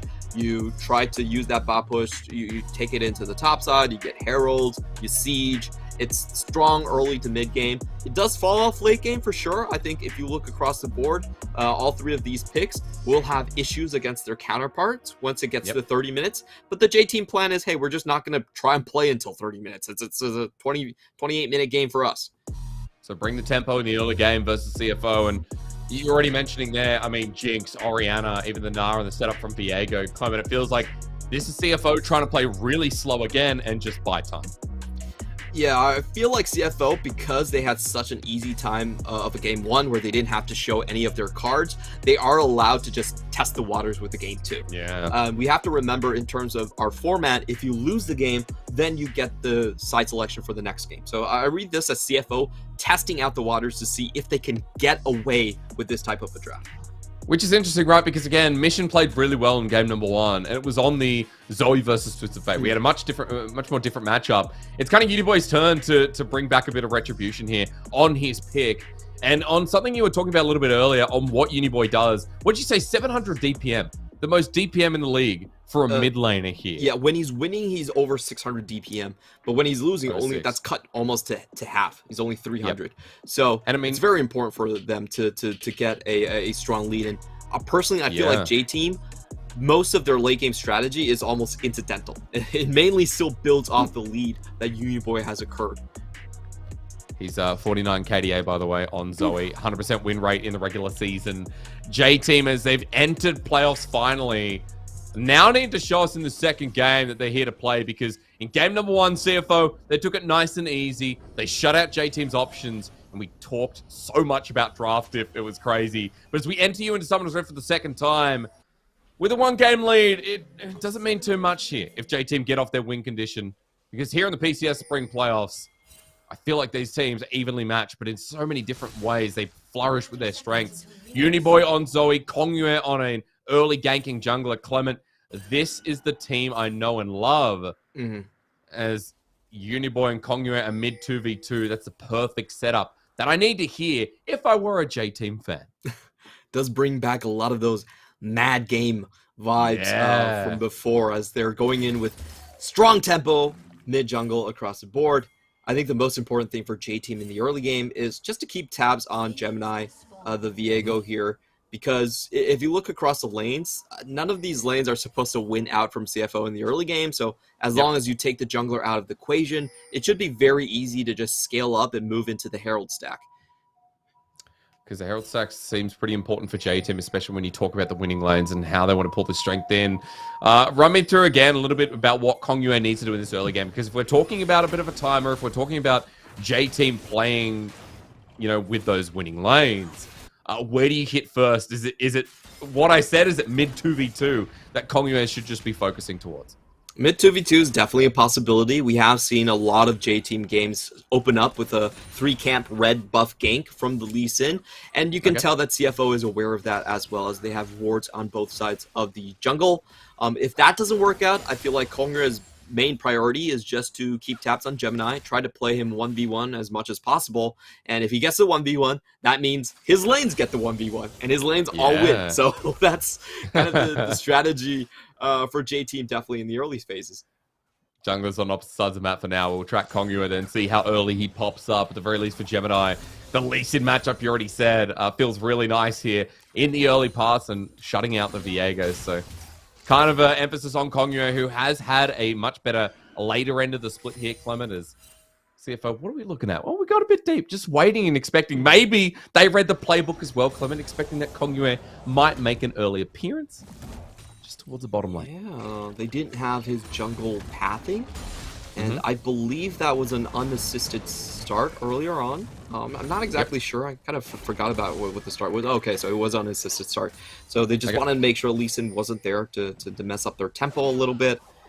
And in the meantime, we do have this ward on the left side for J Team. So we have seen this being done by Corner quite a bit. He wants to make sure the jungle isn't there, and then he can decide to ward hop or go in, but Uniboy misses the Everfrost, so opportunity does just kind of dissipate. It's so silly, Clement. Why does Zoe get Everfrost at level 3? If that hits, that's a gank, that's a flash. But you're right, it does miss. But I don't understand, dude. Zoe gets the craziest things before she even hits level 6, before, you know, first items are even built. I could simplify that further. Why does Zoe exist? Like, that's true. You know, talking about big brain analogies, that one was the galaxy brain mode. Is why is she even here? And you can see Uniboy is actually kind of surprised that he's getting out-dueled here by Mission. Mission doing a very good job earlier on, keeping himself safe, not overextending, you know, holding the wave towards him, as Viego now doing the counter jungling himself. I've got to say, CFO is actually surprising me with how well they're outplaying the early game. Again, like Mission's lane, if you just come back to that, was so impressive in game 1. In the second game, you're right, on the Orianna, bit of the CS lead here as he starts building up the wave. Kongyue trying to head towards the bottom side while his top side camps are getting invaded. And look, he's spotted on a ward. Gemini picks up the stolen camps, goes back, earlier reset here. And Clement, further to your point, CFO, with a 400 gold lead here in the early game, based off of mid, based off of jungle, based off of top, having a really good start. The focus lanes that we always talk about when we talk about CFO. Yeah, this is a great start for Rest especially. He has vision of the enemy jungler, so he can push to his heart's content on the top side, and he's always been the linchpin of CFO strategy, going for those 4-1 compositions. Kongyue is going to have a very sad day as his camps are just resetting right now, and this is always not what a jungler wants to see, because it makes it very awkward when you're trying to go for your a second pass onto the top side, going from the bot side. So I think overall what we're going to see is J-Team, I feel like if they've had this draft, they have to double down on mid-jungle. This comp doesn't really work if mid-jungle isn't allowed to leave lane. But I mean, Mission so far has been safe in his lane. He's still got his flash available, and Kongyue hasn't been able to find a way in. And especially since he's being tracked. Like, we have to talk about the early warding here from CFO. They've once again spotted out Kongyue. They know exactly where this Lee Sin's going, and Gemini pathing around it so well. As we look at the top side, Rest even having a great time. He's hit ulti! It's Nara against the wall. Driver in trouble through the gap. The building sinks down. That is collateral damage. Structural damage that Driver has taken. So insane from Rest. He actually gets the AoE damage past the minion. The minion did block the boulder, but the AoE was still enough to basically snip at Driver and take him down. I guess that's just the bad things about having a very big hitbox on the Krakus right there. Dude, that's huge. This is okay, Uniboy. I'm probably emoting about what just happened to the top side, because Rest is dumpstering Driver in the second game. This solo laner, dude, no wonder you said from the start of the split that Mission and Rest were the best within their role. I mean, they still hit the same feels, despite CFO towards the end of the split. You talked about them losing momentum, you know, struggling a little bit. Rest still has that flair that we know and love. Yeah, this is absolutely beautiful. Getting his level 6 off the minion for the Mega Gnar. Let's see which AoE ability he gets to use it. Oh, he gets it with the wall up. That was so smart. Instantly wall up into the level up, into the Mega Gnar, chained into the crowd control. Very well done there by Rest. Very intricate timings to get that CC chain off, and just caught Driver completely off guard here. And I do want to mention the storyline between these players. When they were on the same team on J-Team, Rest was the starter. For the most part, Driver only got to play tanks or sit the bench. And I feel like, you know, Rest kind of showing why he's such a top-tier talent again. And CFO, look at this top laner. He ultis again, explosive cast used. But Rest is just throwing out buildings left, right, and center. This is so rough to watch. And as Rest finds yet another 1v1 to push Driver back. Top lane now a big issue, Clement. It's not, you know, 3 winning lanes anymore. Mid is going well. Like, J-Team haven't been able to get mid 2v2 going. And CFO with the gold lead in this early game, when we talked about them being the ones who would play slow and have to survive the onslaught of J-Team's strength in this early game. Yeah, I feel like J-Team's hopes are left in that bottom lane right now. This is Xayah's power spike. We do have the serrated Dirk against the Noon Quiver, so Xayah should be able to push this lane. I think J-Team, right now, they have to consider that as their only salvation. The mid lane has been going rather poorly, and I'm actually very surprised about this because Uniboy does get extra combat summoners, and he also has Kongyue as a Lee Sin, who packs a lot more pressure in the early game. But somehow CFO, just purely through Mission's laning strength, has been able to equalize this, and it does put J-Team in a, I hate to say it, but once again, it does seem like a very narrow win condition where they have to snowball out of the bot side. Yeah, it's crazy, right? Lil V had all the attention last game where it was all about him, but in a very different draft. So once again, we're in a simple position where CFO feel confident enough to contest. Uniboy throwing down trouble bubbles, but a CFO brute force here with the Mega Gnar. They're taking over the objective. Sonic Wave's going to connect. Kongyue wants to steal, but it resets instead. Rest gets the ulti, and once again, Driver has to send himself a taxi as Uniboy's hit up with the depth charge. Kongyue over the wall is going to give a reset, and CFO, a massive J-Team running away. Well, Gemini won't stop. He's found Uniboy as well. The shockwave brings it in. The double? It's double kill. Gemini worth dying for that one. 5-1. And CFO are damn impressive in this series. Absolute decimation in this one again. J-Team, they try to start the Herald first, but they end up leashing the Herald for CFO. And in that team fight, they were split on two different angles. They needed to be more patient on this and actually get sizable poke down. They went in onto the ramps, and Rest just caught them out so badly. Driver doesn't get to use his ultimate before falling down. And if you look on the right side as well, Mission is able to play two flanks. You know, he gets some damage on the left side, is able to still turn around on the right side. Uniboy doesn't find a full combo down here, and this is Gemini just going absolutely crazy. Even though he does go down, he makes sure that there are no defenders for the mid lane tower. I love Gemini, just like, whatever, dude, at this point, it doesn't matter. CFO, Clement, almost 3,000 gold ahead, and I think we can go beyond draft, right? We can go beyond what the whole series has been about thus far. CFO's solo laners are so good at the game. And it does feel like we're tooting their horn, but, I mean, they're making it so that J-Team's options are so small. And in this game where Uniboy got his comfort pick, he got his Zoe that internationally fans know and love. And Kongyue even getting something strong in the early game, it hasn't mattered because Mission's lane's been great. Gemini has had some really smart pathing. They're ahead in a game where they should be being outbullied. Oh, but here comes the 4v2, though. This could be very difficult for Shun to survive. Let's see how they play this. Traps are good, though. He's found Enso on the backside, but the Facebreaker pulls him in. Shun now. Sonic waved in the ulti through, but the depth charge from Koala. Absolutely beautiful. It's a 1-for-1, but Uniboy comes on in, but Kongyue stays too long. Koala was clutch here. The man again getting traded off by Uniboy. But the fact it was a trade comes down to that Nautilus. They sent 4 people in for Koala, and your Australian brethren actually outplays J-Team. They get 2 kills there. And this is huge for CFO. They get a free plate in the mid, they get another free plate in the top, and then you have Gemini here just pure dropping the Herald for the first brick gold, trying to race against the bottom side of Xayah. So CFO once again cut up trumps massively, and it all comes down to Koala and how much he was able to outplay the bottom side. That timing was sick. Again, Clement, you know, this Nautilus in game 1 dies a lot, but game 2 is the beautiful way to start. So there's no flash here on Enso. He gets caught out on the Flame Choppers. Can't get the good face breaker to start off, but he still finds the ultimate. But watch this. Koala anticipates the direction here and gets the 3-man depth charge to keep Kongyue underneath tower, get the second kill, and it forces Uniboy into this position to pick up and clean up after his teammates. After everything committed, Clement, it was a 2-for-2 trade. It was even. And Koala now has a bounty.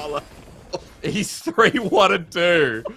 And it's good to see that, you know, CFO, again, while J-Team are trying so hard to look for something in this early game, you got to give them some kind of props that they're being denied at every corner. Lil Vic was able to pick up kills there, so the one thing is that the AD carry where all the resources are going seems to be working out. But CFO's still with a massive gold lead in this early game. The rest of the map is on fire. And it's still going to be very hard, as you said, for Lil V to try and carry this game. We'll see what they can do around Dragon, because CFO are opening up for more opportunities. Uniboy going to pop over, and actually gets the Sleepy Trouble Bubble. So good find on that part. And I think the game plan for now, CFO, their bottom lane, even with the Marsupial going 3-1 and 2, they're still not going to win that lane. So I think the best way they can deal with this is to just have Rust take the top lane tower as fast as possible and then swap over. Or they could do what they're doing right now, which is basically force this into just a straight up 4v4 fight where they will have the lead. Especially around the Dragon, right? I mean, CFO know that J-Team are going to be walking into this one. Wards spot them out. CFO still with great tracking again in this game. Uniboy hits Trouble Bubble. Kongyue now pathing from bottom side angle. He found the AD carry. Sonic Wave needs to connect. He flashes under. Dragon's Rage under the turret. Kongyue has found a crucial pick here in front of the Dragon. And finally something on the board here. But Clement, am I speaking too early? Rest is a bully. Yeah, he knows the jungler isn't there. He's going to take the first brick gold for himself. And this is where the swap will come in. I feel like J-Team, they really needed to get that bottom lane tower down with the Mythic Power Spike before the swap was going to happen. But it seems like CFO were able to endure that one. They're sitting at a 4,000 gold lead right now. And if I'm CFO, the next couple of steps are fairly easy. I just make sure that Shun gets to farm up in the bottom side instead of playing against Lethality Xayah. And I just wait for all these big objective fights where I'm essentially up a full item at this point.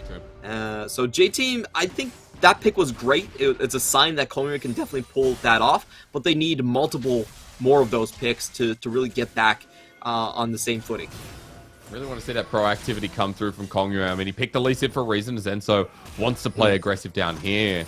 And Kongyue once again pathing towards Lil V and Enso. So I'm kind of excited to see if J-Team can kind of bring this game back, because otherwise at this point, Clement, if the series keeps going like this, we're going to be done in about an hour and a half, because CFO have come in today with just class.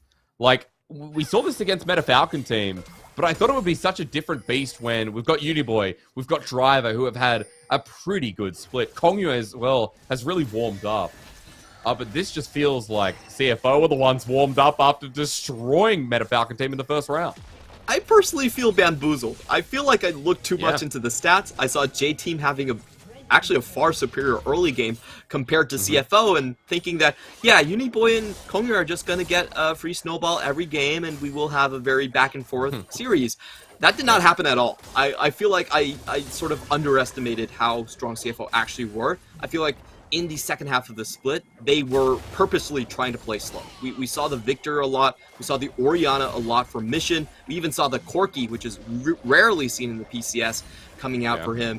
And I feel like maybe that was CFO putting on the training wheels and just trying to hone in on the 4-1, try to practice communication.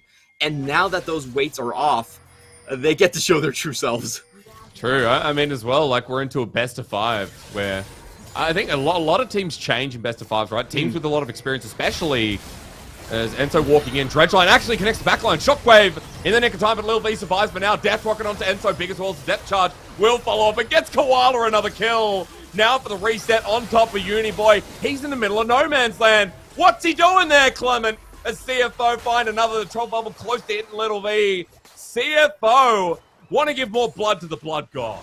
What a good rotation from CFO. They see the catch happening against Rest in the top side, so they instantly go bot to intercept people rotating back here, and they find everyone they need. For some reason, Little V just... Hello? Wow. What? Rest with the flank, the kick back. It works? It doesn't matter because Rest is huge. And Kongyue with the Sonic Wave, he follows through. Is he too deep? No, he goes on a journey. The blast code sends it through. His Koala now has 5 kills. Clement, it's a carry Koala in game 2. Rest is BMing early. Usually he waits for the BM to happen when he's already at the enemy turret. The tier build, the double Zanya build, that's what he's been going for. But he's actually just starting the party early. I feel like he senses blood in the water, and he wants to deal like a devastating blow to J-Team's mental. Oh, dude, if I was J-Team, I think there are so many things that would have already blown my mental wide open. This series is rough, and as we look at it again, Clement, J-Team wanted to face check. How does they were there waiting. Little V always get tagged by Dredgeline in front of the face when he has the jump? He has the support right there. Props due to Koala. Like, his Dredgeline hitbox control has just been absolutely amazing. I don't think anyone would have been able to get that past the set in that scenario, but he finds it, forces Lil V off of the fight, they get a clean pickup kill, and watch this from Rez. There's just no regard for enemy life right here. He gets the extra flash, finds the kill, tanks the tower throughout the entire way, and then he even takes Kongir on for a ride. He even survives the explosive cast afterwards. This has to be so incredibly frustrating. Oh, dude. Again, I don't know how you recover from this, Clement. These first two games, frustrating is the key word for J-Team. It's not the J-Team I saw towards the end of the season. It's not the J-Team where I made a bold statement on broadcast, and I think it was week 6, saying, I think this team could go all the way to grand finals. That's where I put them. I put J-Team making a run here, beating CFO, because I had faith in Uniboy, Kongyue, the strength of the 2v2. We haven't seen that this game, even with the Zoe Lee Sin. It's been disappointing, which has been the complete opposite for CFO. Their lanes have been insane, and we can't say a bad thing as Koala just does a 180 no-scope. Down goes Kongyue. I didn't see the health bar disappear. I don't think he did either. Is Koala going to end up with the most kills this game? I think it's going to happen. He's already at 5. Can we upgrade him? He's now the drop bear. He isn't Koala anymore. He's much more dangerous. Dude, he should be building at this point, you know. Full AP as Rest is going to disrespect in the top side now. A little bit deep here. He's about to go into the Mega Knight. He ults the minion wave. Doesn't care about the boys. Instead, just wants to take the minions down with him. So he dies, going a little bit too far forward, while CFO are going to take up the Dragon in response. Even though it's a nice pick for J-Team, the Dragon's still going down. There's always a trade.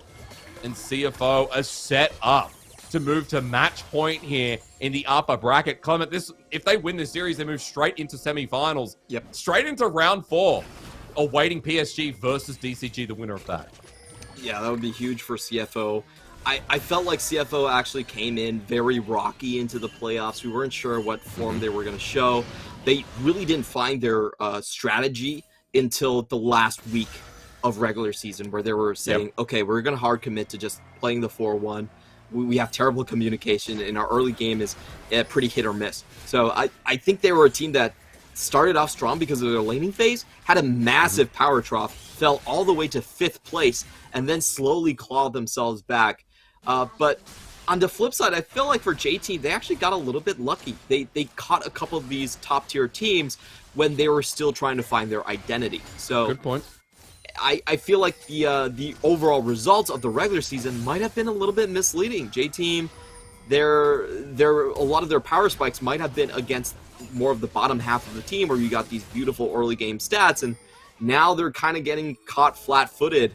Now we have to see J-Team reinvent themselves. If they're not guaranteed a lead from Uniboy and Kongyue, how do they build their compositions? I think that's going to be the biggest question in the upcoming games.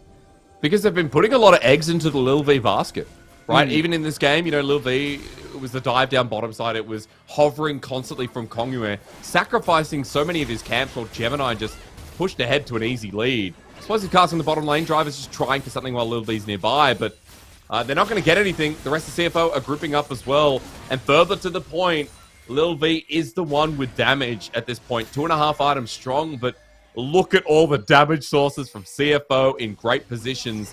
Clement, I struggle to see how you survive Orianna Burst, even Rest, who's got a Trinity Force.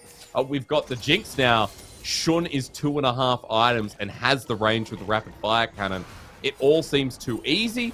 We're going to see how CFO close this game out, or how J-Team can slow down the pace and just find something. I don't want this to be a stomp, Clement. I came to cast J-Team versus CFO. And right now, I'm getting an absolute stop. Koala going deep. Dredge lines in. Enso is tanked up towards the turret. The Death Rocket not being used just yet. He's going to hold on to it. J-Team still on the defensive path, but look at what Mission's doing mid. That wasn't even his Shockwave ultimate. Oh, Koala's in again. Well, that was his Shockwave, though. As Koala goes gold, he flashes away once again. MVP performs the Gemini's turn into the Fat Man. Lil V is up in the air, but he just don't care. The range from Rest. He's a sniper with the Gnar this game. as CFO have taken a pick. They've opened things up, and now they just want to break the base in the bottom side. Driver must feel so frustrated this series. He's getting blind pick every game, getting destroyed by Rest, who, to be fair, I think is probably the strongest top laner in the PCS on an individual basis. So I feel like maybe J-Team, like, if I'm the coach, mentally I feel like I need to reset Driver. I would be willing to go to red side just to give Driver a good game, and I understand why J-Team are going for blue side, though. Because Uniboy does have a very small effective champion pool, they have to go to blue side so they don't have to ban the Zeris and, you know, the Renekton's, the Aries that have been cropping up. But that does come at the expense of Driver. Driver has to blind pick every game, and CFO, yeah, as tradition, is going to save the last pick towards Rest. I'd be so upset because, you know, Rest has been huge on this Gnar. It's very rarely we see massive Gnar carry performances. Both PCS and, you know, when I normally cast LPL, I can say the same thing. It has been underwhelming. But I will not say that about Rest this game. The solo lane was massive. The dive through mid was disrespectful, but I love it. I love top laners that are balls to the wall, Clement. Like, this is the perfect Gnar game. And even though he's 1-1-5, it is easy to see that CFO have put a lot of trust in him, and the comms this game have been beautiful. They're channeling down mid once again. Clement, 40 seconds till the Dragon.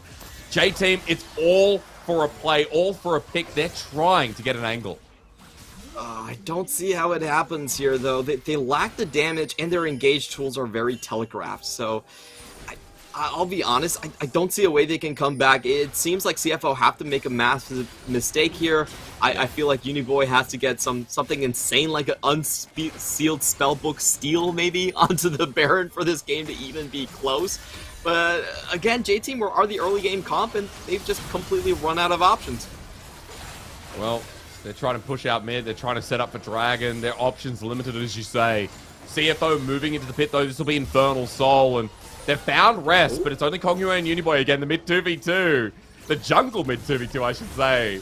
We're seeing it now, but it doesn't really matter. Koala off of the wing. J-Team is split. Look, over the wall, there's Enzo, but Gemini's found him. They're like, hey, forget the Dragon. We don't care. Shun's going to take him down while now they burst it down into Objective Bounty, but they move into the Shockwave. Rest, though, comes on in. Wallops him against the wall. The Gnar sent by an explosive cast, but as Kongyue tries to pick him up, CFO, the rest of them stand healthy. They look towards their enemies in the face. Who is the better J-Team, they scream. It's us! The J-Team Deluxe version right here. They're still trying to corral the rest of Uniboy and Enzo as they fall down. This should be the game happening right now. Little V, 30 seconds respawn. Uniboy, 40 seconds. Enzo, the best he can do is cut the wave at this point. CFO are going to roar on to a very decisive 2-0. And once again, we have to remember, this was CFO toying with their draft. They were going for full late game, and they still crushed J-Team in the early phases regardless. That was beautiful. That gameplay was amazing. All I can say about CFO is if they weren't your favorites coming into the series after the 2 games we've seen, your perspective better change. This was so easy for them. You know, Clement, I want to be respectful, but J-Team have not been the same J-Team that ended the split. You're talking a little bit about their final run. You know, big wins against DCG, against MFT, like great performance against Beyond Gaming. They even beat CFO in week 4. J-Team really rolled with momentum, and it's not a word I like saying because it's a bit of a cop-out, but it feels like J-Team were going to be that team that's kind of surprised us all as the 2nd seed. But CFO have come into this series, better drafts as you're talking about. The early game has been so great to watch, and especially in this game. Dude, solo laners of this team are scary. Like, they are still the best solo laners for a solid reason. Yeah, I have to completely agree with you. I personally feel like I've overestimated J-Team.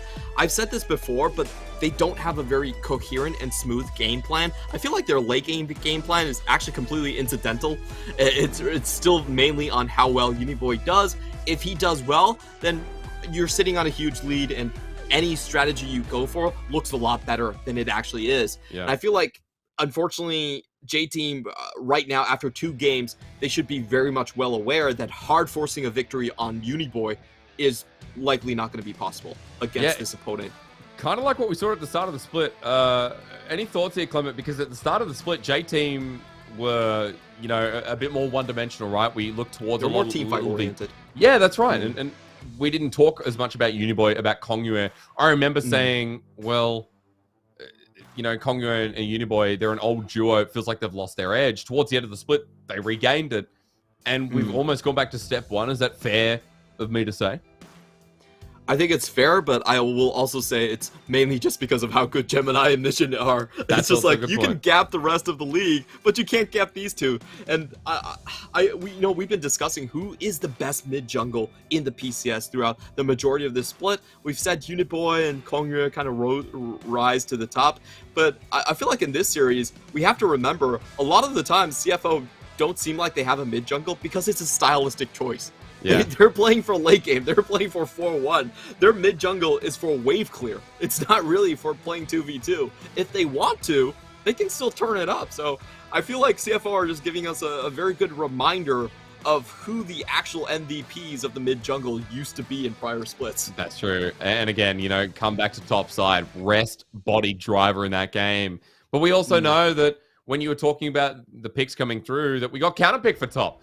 Rest got given the counter pick. He took the Gnar in and absolutely destroyed. Even though, again, we saw strong lanes coming through from the rest of J team. So it is a shame that we're not getting as competitive a matchup as you know we kind of hoped for. But at the very least, we get rest here on what was such a great performance. As well, you know, Gemini out CSing, out rotating. Some really intelligent map play I think we can come into and talk about the vision control that was tracking not Gemini, Clement. We're tracking Kongyue the whole time. This Lee Sin was always spotted out. Yeah, the first rotation I think was very detrimental to Kongyue. So if we sort of rewind and kind of remind everyone what they did, Kongyue started on his bottom side, he went to the top, and then he looped around towards bottom side before doing the full clear because he did go for a gank onto the onto Mission's Oriana, and what that allowed. We saw from Gemini is he actually started to take over the top side. He wasn't spotted on his first clear. He was able to steal away the first Merkwolf camp and laid claim to top side and made sure that Rest was always playing with full knowledge, knowing that the jungler wasn't there. They crushed the top side, and he was still able to put pressure on bottom lane by having the virtue of just not being seen. So I feel like the first clear from Gemini was actually just far superior to that of Kongyue, and they were able to get a big advantage off of it. I mean, from the get-go, right, there was never a window where J-Team had control in this game. Game number one, we talked a little bit about how early game was so big for J-Team, but this time around, like, CFO took that and said, all right, well, this time we're gonna ring it. And I'm pretty proud of the performance here. It's a clean push through. It's like, simple, right? Shin didn't even need to auto-attack for the most part. Yeah. Shin sitting at 5,000 damage. Right. He's barely did more damage than the drop bear and Koala right there, and they're able to finish off just because Oriana is chasing people down. Like, Oriana was using dissonance on herself just for the speed up. Like, it's like, I don't really need to care about Get Excited Jinx. Pow Pow, you can go home. You know, go back to Zwan. We don't need you. It's rare, isn't it? You don't normally see a Jinx do absolutely no damage, let alone like Koala getting close towards that. If Koala doesn't get MVP here, oh, wait, Clement, I have to understand. It's Rest. Oh, no. To be fair, Rest bodied lane. So you can completely understand this one. Koala gets a nice little mention. But Rest, again, like, this is why we've talked this guy up and why he's one of, if not the strongest top laner in the league. I think one-on-one, he's just definitely the best there is. Yep. And if I think about how to counter Rest, it is in the fact that he's actually pretty easy to gank. He does have a bit of the shy in him, where we do see his early game is kind of wobbly. So I want to see a change in strategy. If you look at the draft, both the Aphelios and the Jinx have been up, so you can always have a hyper carry reliably to go for little V. And I feel like you should counter pick for top lane. Get Driver off of a defensive mindset. I feel like if you just put him on a blind Gragas in game 3 again, you're just going to lose the series 3-0. So you have to shake that lane up, give him some more resources, go for more late game strategy, and hopefully J-Team can actually present us with a strong contested game. Yeah, something, right? Because this is it's been a wash of a 2-game series so far. CFO, by far the strongest team, and now up against match point. We have to see if J-Team have something to pull out of the hat, or they'll go down into the lower bracket, and it will be semi-final time. for CDBC Flying Oyster. Ladies and gentlemen, we're going to go to a break, but when we return, Game 3 on the horizon. CDBC Bank is Taiwan's top financial institution, but we're not stopping there.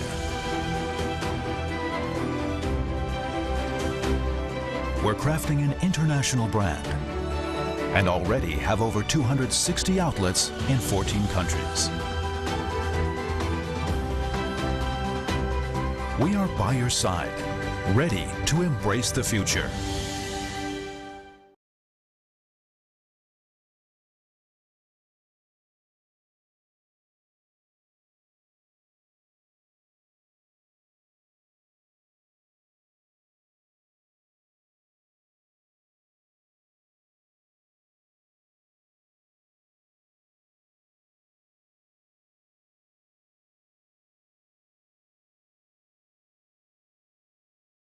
Your family.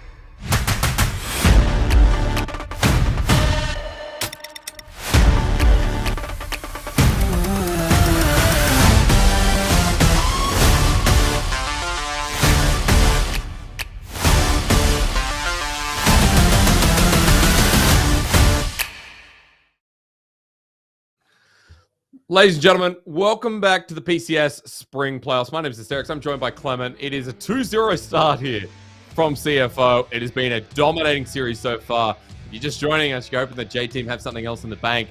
We're going to remind you that we've got CDBC Bank and Caliber as our sponsors. Thank you to Riot Games, Carry Live, and Garena for the full league operation and production here that you see in front of you.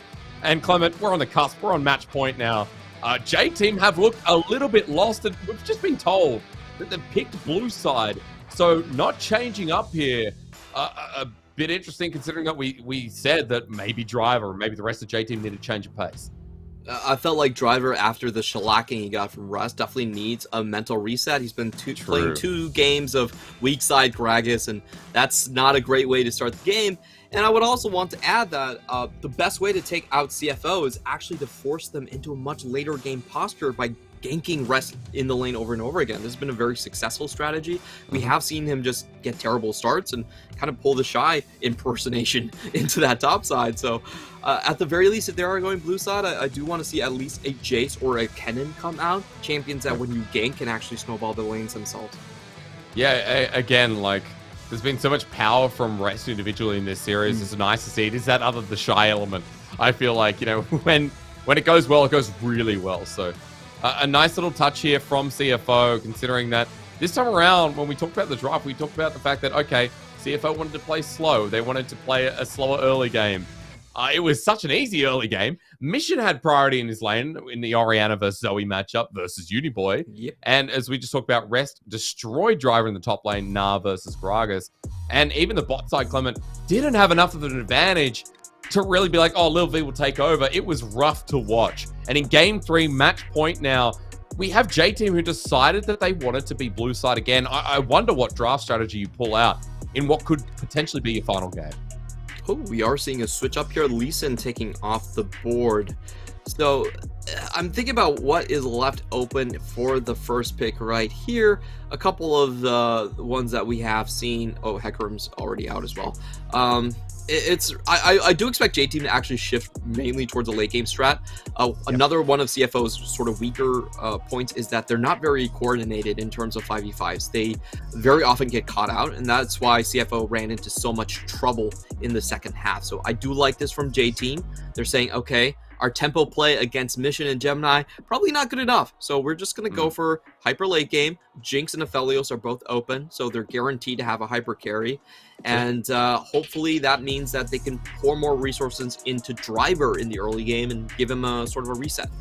Yeah, we'll see. At the very least for CFO, I'm wondering if that actually gets locked. It's been hovered a couple of times here at the whim of Koala, but it is the Nautilus that last game played so well.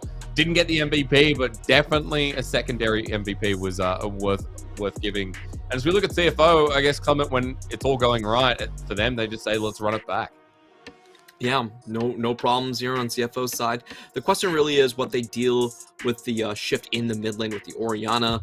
What are they going to go with? I feel like Mission might be going for even slower of a pick. The Azir, the Corki, the Victors are all playable in this meta, so we don't have a lack of control mages whatsoever. J-Team, on the other hand, is still going to try and, yes, this is what I wanted to see. If you're going to blind pick for this man, at least give him something that he can play aggressively with. Bot lane's going to be pushing up for J-Team. Top lane is a lane that if you snowball can't get very far ahead. So I feel like J-Team finally in game 3 are on the right track in the matchup against CFO. I wonder what we get from CFO's top lane in response though, because for Rest, Clement, he's played the Malphite before. And we know what Malphite can do to Jace. You know, things like the Gragas as well, a possibility. Top lane intrigues me because we get something that is strong in the wheelhouse, and right there, Rest with the Graves, his most played champion, to pull into Driver. Yeah, this is interesting. We have seen Rest just pummel the lane in this specific matchup against the Jace, but so far I'm not a huge fan of CFO's composition. They are setting themselves up for a very short range comp that has to walk in versus Orianna and Xayah. That's always pretty difficult to do. So I think CFO right now, they're much more likely to just scrap the teamfight strategy altogether and go commit to a 4-1. I feel like they're going to be looking for something wave clearing mid, not trying to contest the range, but just trying to make sure that they can hold the wave themselves, while Rest does the split pushing. So you see J-Team reading this as well and taking away the victor. Okay, well, with that gone as well, let's see if Mission gets channeled a little bit longer, a little bit more, if my English would make sense. Things like the Syndra being banned all series, you just mentioned the Victor. I see the Ari already gone. Clement, what other direction? Because things like the Vex, I noticed in the PCS, haven't been looked at as much as maybe a region like the LPL. What do you run in? I don't think they are going to go for the Vex. Pretty much a little too short range. They're going to go for the Zoe instead. That does leave up things like the Azir and Corki. I think both are playable in this spot. They're much weaker compared to the Orianna in the early phases of the game. But when it comes to late game and you're just looking for wave clear and damage, I feel both of them would be good picks. This would be very surprising if it gets locked in. I think it's much more of a Shun possibility rather than mid, though. Okay, I was going to say, Clement, you're right. There are multiple possibilities, though. Funnily enough, Uniboy is the one who played it towards mid, so it'd be nice to see Mission, with how well he's been performing in lane, pull this out. Let's get the flexibility there, Clement. We'll have to see how it rounds out. For the time being, since you're really liking J-Team's comp, round me through what we're going to see. We get the Leona. How do you pivot jungle here? How do you complete this little package? This comp is just strong front to bottom. It has great early game potential, and if you actually win the snowball, then late game, it's still pretty strong. So I think if you're looking at this composition, all you need is a jungler that can hold your lanes. Make sure that the top lane isn't going to fail that hard. I'm not a huge fan of Nocturne. I feel like Nocturne's impact comes in way too late. Poppy, however, does have that sort of hard crowd control potential earlier on, and this is one of those old Kongre picks that has been very strong. It also fits the comp nicely because they do have a sort of a poke element into it. And for Mission, this is interesting because I've said this many times on broadcast. I actually feel like Mission's Galio has been his weakest champion overall. He's very much a control mage. He's not much of a roamer. And I feel like the Galio has been incredibly hit or miss. He does not frontline well with this champion. So CFO coming up with an interesting strategy. They're doubling down on their melee, on the melee factor, and going for more of a catch pick comp, which I don't really think they have the crowd control to support. I mean, it's a good point, right, as well, with the denial tools from J-Team. Let's kind of think about how Kongyue interacts with it, how Enso interacts, like the space that can be provided when J-Team can utilize their poke. You already kind of nailed down that you prefer J-Team's composition in this one, which is a nice piece of narrative, Clement, because J-Team this series, let's be fair, even though Game 2 draft was a lot better, it feels like we've been highlighting CFO a lot more. We have been drilling into J-Team about some of their drafts. In this third game, easy to operate. You talked about the early game snowball potential and how it can move into the late game quite successfully. Where this time around, you're saying that CFO look harder to operate and have a much more narrow angle. I mean, they're playing a full 5-man catch comp into a Poppy. And that never ends up well. The steadfast presence right there, it just stops so much of the engage coming through.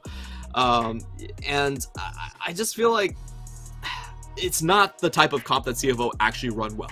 I'll just say that. CFO are very good at running 4-1 comps. They're good at stalling out. But in terms of coordination, they're actually one of the more lackluster teams out of the J-Team trifecta. So we'll see if the 3 weeks we haven't seen, the 2 weeks we haven't seen them in have improved their synergy.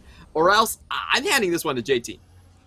Okay, well, because J-Team in this series, like, I would have said the complete opposite with what I've seen so far. That J-Team are the team that, need to show up and show us something. True. CFO are the ones I'm trusting right now because of the solo lane difference we've seen, the jungle difference as well. I mean, it's just been a bit of a riffy-diffy, to be quite honest, here in the series. CFO 2-0. It's match point through to the semifinals in the PCS 2022 spring playoffs. And as we get a bit of an invade to start off here, Uniboy just getting zoned out. Koala with the deep ward. Ramus says okay. And we're seeing, again, a very different draft coming through. So, Clement, if you're Gemini, at least in the early phase, how do you set up these lanes when they have such different conditions from what we've seen in previous games? So I think this is going to be a top focus game from Gemini. Okay. In the mid lane, Mission, he might die a couple times, but in the grand scheme of things, I don't think it honestly matters that much. In the bot lane, you're not expected to win unless you get some crazy level 1 cheese. I would be very surprised if they get a level 1 or level 2 all-in from CFO's side. J-Team are very well aware of that. So for me, that really just leaves top lane by elimination. You want to make sure that Kongyu can't gank this lane early. That rest, we have seen him do this, can actually snowball against a Jace if he finds an early lead. He does put himself into the brush. Nice little trade here, but look at the return from Driver. Rest now at half HP, but it is Fleet Footwork versus Phase Rush, so his top lane already bruised up to be quite nice. Gemini is doing a topside start. The same here for Kongyu. All lanes lead towards the bottom side. Clement, we didn't talk too much about Shun here on this Kai'Sa. This was a bit of a pick out of left field, considering that we had things like Jinx available. We had the Aphelios as well. Shun wanting something that can play with the close range we talked about. Yeah, this is a very interesting pick. We have seen Kai'Sa being used as a semi-counter to Xayah. It does lose the lane in terms of the push, but its strength is in the fact that once you hit that level 6, you can use Killer Instincts to completely sidestep the Blade Caller. It's very easy to do. You also have to speed up with your E. So we have seen this being used as a level 6 kill lane, but it's pretty difficult to maneuver early on. I feel like you give a lot of freedom over to the Xayah lane to do whatever they want in the early game. Now, of course, the first 2 levels, again, you're running Hail of Blades and you have your passive, so the first 2 levels are somewhat okay for the Kai'Sa, but it does get rougher down the line. Do you remember the Beyond Gaming series, or not series, but game, earlier in the split, where Wako played the Kai'Sa? It was the hybrid build coming through. And, you know, we've seen a lot of that throughout competitive play, and feels like it is the best build with 3 upgrades. And the damage in the late game is also a bit insane. So, kind of excited to watch Shun's build path here in this game and see how he goes. Considering that CFO are on match point and such a big deal as Mission going to spot out Kongyu. Good little ward here off on the side. Kongyu going to be running into Gemini, though. Before we can talk about the late game, we have to talk about the early trades. Gemini going to be backing away from this one, just letting Kongyu take Scuttle and being as patient as so. Yep, I think like Gemini sort of mistimed that. He tried to go in for a Smite Steal. Kongyu managed to get that done pretty early on. Yep. That's the thing about Poppy. She's very safe as a champion. Even if she gets tagged down, if you don't miscast your W, you should be fine in most instances, and she scales incredibly well compared to more of the assassin-y type of junglers out there. We have seen J-Team actually run with Kongyu's Poppy. It was a losing effort against actually CFO, but I feel like it was a very different composition where they were trying to engage with this Poppy. I feel like this game, they don't need to, so Poppy's biggest weakness is down. Ooh. Oh, walking into a brush. Hang on, this bit of a mistake from Koala. He has to flash away, but he's already dead. Matched by Lil V. Good start here from J-Team in the 2v2. Once again, a first blood. Yeah, that was... I'm not sure why you would face check in that manner if you're just gonna die right after. Definitely a bit of a mistake from Koala, and it's interesting to see Koala actually play 3 games of Nautilus right off the bat. I in no ways think that this is Koala's best champion. I feel like he's actually better on the Tahm Kench. But this is what they've decided for, and as we said, this lane typically gets very rough before it gets better. We're seeing Lil V already with the kill, Serrated Dirt. This is actually incredibly hard to deal with. It's very accelerated on this first back, so the bot lane's going to get a lot worse, and hopefully Mission can have a say on it. As Koala Hex flashes over the wall, look at this. Mission into Uniboy. Won't matter as Enzo's now matching, but Koala trying to bring a bad play into a good one, and as we see a 2v2 through mid, we also know that Kongyu is nearby, so nothing else is going to happen. Just an attempt to force Uniboy out. And, you know, Clement here in this early game, talking a little bit more about the bottom lane, things are definitely going to get worse with Lil V now having a Serrated Dirk. The poke here on this Xayah, you can already see starting to affect Shun, and Kongyu wanting to build around the strength of their bottom lane and get the ball rolling once again. Yeah, I feel like CFO, they don't really come online until they're level 6 in the bot side. They need that killer instinct to make plays, get past the Featherstorm, Blade Caller, and actually have a wombo combo to play through. So right now, J-Team gets to do whatever they want. The most important thing for them, I think, is keeping ahead or steady in lane. Unfortunately, their top lane, once again, is getting bullied out. That CS difference starting to stack. I mean, it's Mission again who's had a push in mid, goes to the top side, and Rest and Mission are their own little game right now. A 10 CS lead with Serrated Dirk, a big deal. JT, in the meantime, this is the trade-off, though. At the very least, getting the push in towards mid as a response. and getting this first dragon on the board. It is a good start to this game number 3 for the team that desperately needs a good start. That it feels like each and every early game has been kind of either abysmal or slow, Clement. It definitely has been, and we have to pay close attention to Driver in this lane. He is very much in kill range. Rest does not have the collateral damage, but he does have Mission there, and this top lane matchup, we've seen a couple times in the PCS already. It does tend to be a very zero-sum game. Like, if one side gets a lead, they just start to walk up onto you and start pummeling you down, especially when you consider the builds here. Usually, both sides will have sustain, and the damage is overwhelming. Ooh.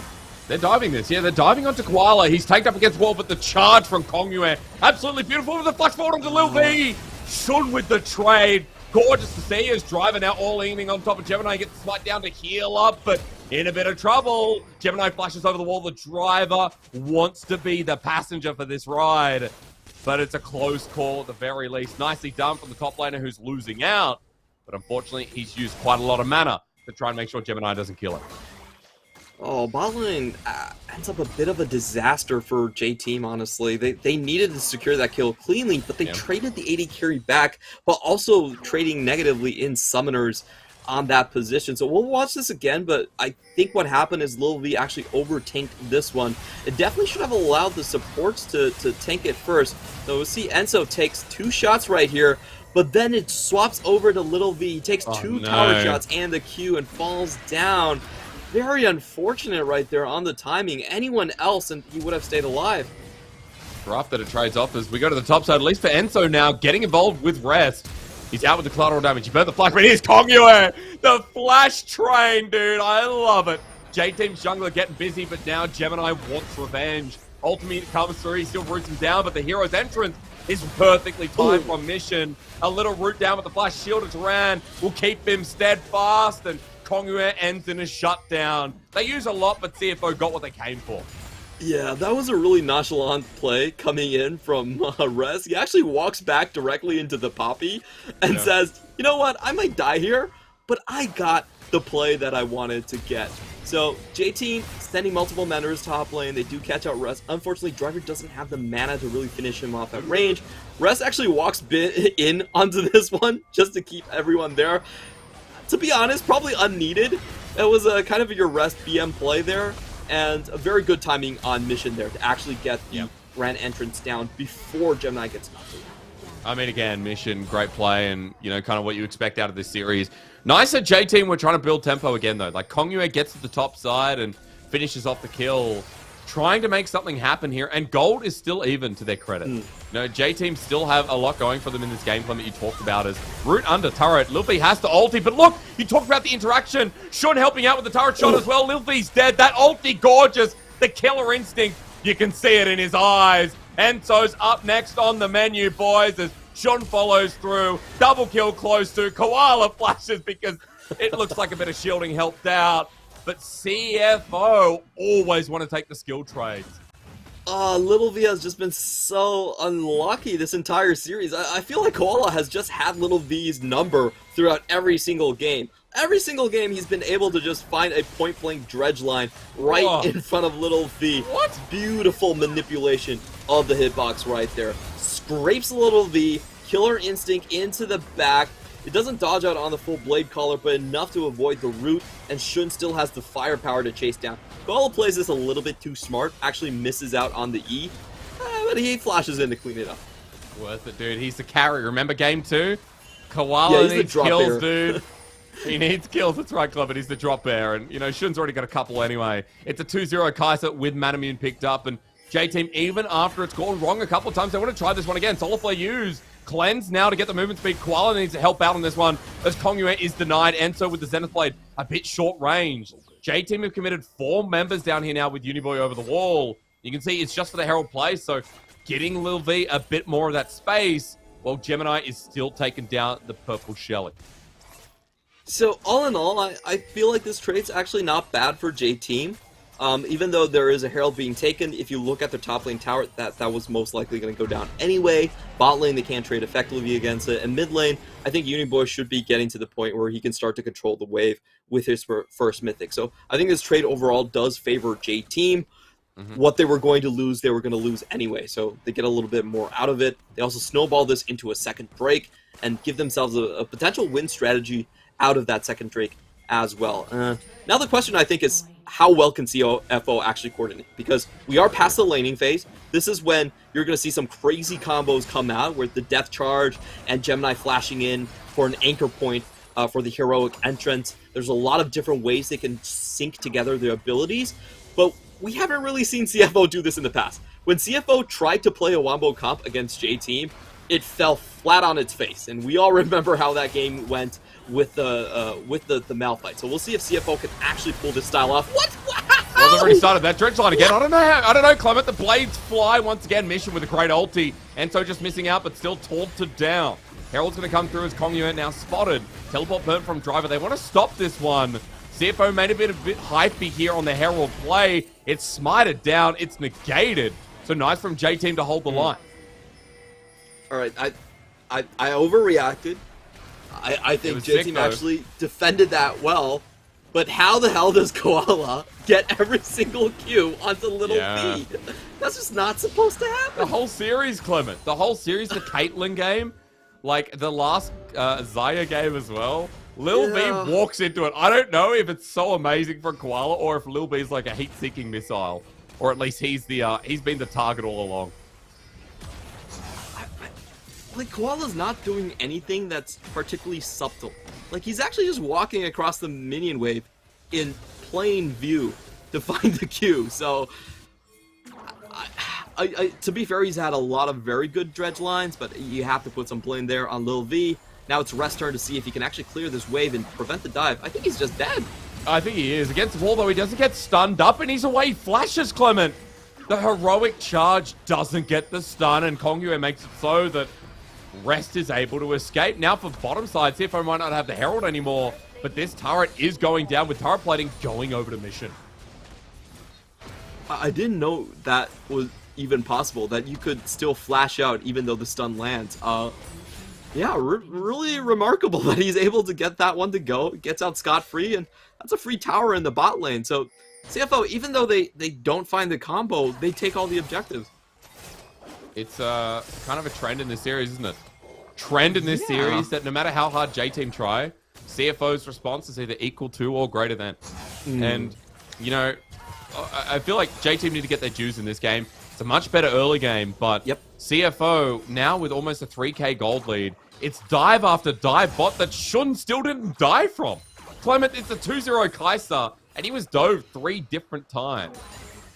Like, I'm not sure how this game has ended up this way when J-Team had a pretty clear-cut gameplay. Yeah, just very unfortunate from Lil V. I think both of his deaths were completely preventable. Like, they should not have happened in a normal scenario. So there's definitely a little bit of blame there to go around. And now CFO, with a secure bot lane, is going to start just punishing Driver again and again.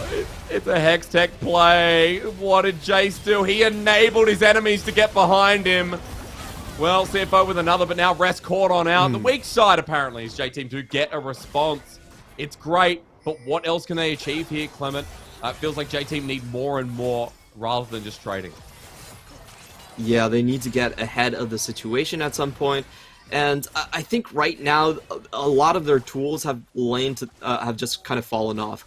They don't have the poke angle anymore from the side of Little V and from Driver. Ooh.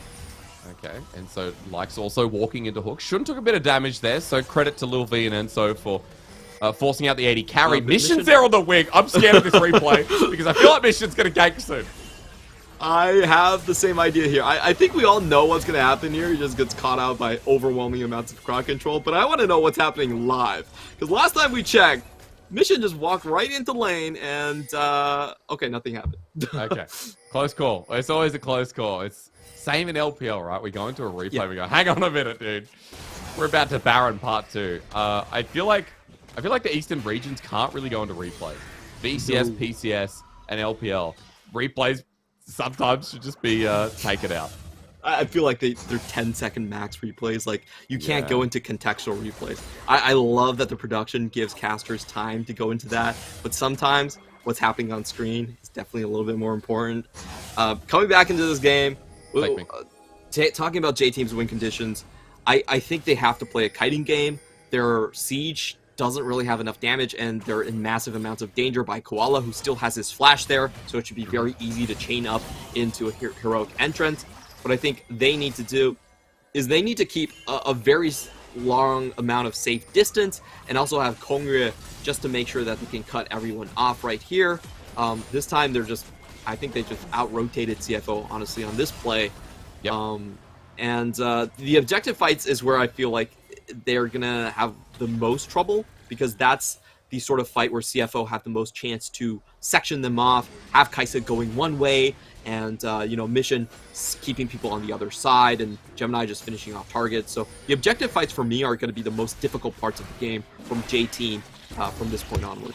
Especially when you're just talking about Mission. I mean, he's got his Zonya's Hourglass. It's a 2-item Galio here, who is ahead of Uniboy in both CS and both Gold in this game. He was also able to pick up a turret down on the bottom side while full plating was available. So Mission is not only level 12, but in a great position yet again, despite the champion style change. We talked about this not really being some of the best of Mission's champion pool, but so far on this Galio, he's had a pretty great performance. I think a great performance in the series is fair to say. He's had a bit of a mid-diff. So again, you talk about around the objectives, even around turrets, Clement. Mission with his ulti available off onto the wing pushing side lanes is always a threat. This time around, CFO aren't trying to contest into the blind vision range right here. They're just waiting until J-Team potentially splits up, but I'm not really sure why J-Team is full chasing right here. I think their chances of completing this chase are actually fairly narrow. They're probably just shooing away CFO so they can't clear the wave as soon as possible. Makes sense. Wave pushing the top side from Mission just before they rotated back around towards mid. So Driver's going to have to catch that one. And, we're moving into a mid-game, Clement, where, you talked about how CFO's comp comes together. We've already idolized that and around objectives. You did also mention that J-Team, the late game is still, is still optimal, right? Even with Jace, Xayah, like, we have a lot of champions with great damage outputs and not any real frontline tanks. So walk me through a little bit what J-Team have to do in this mid-game and how they get to that advantage that we wanted to see. I will say I think J-Team actually didn't catch their early game spikes for either the Jace or the Xayah in lane to allow them to feel as impactful in the late game. We have seen games where, Jace gets a good early game, Xayah gets a good early game, and they just get free scaling into late.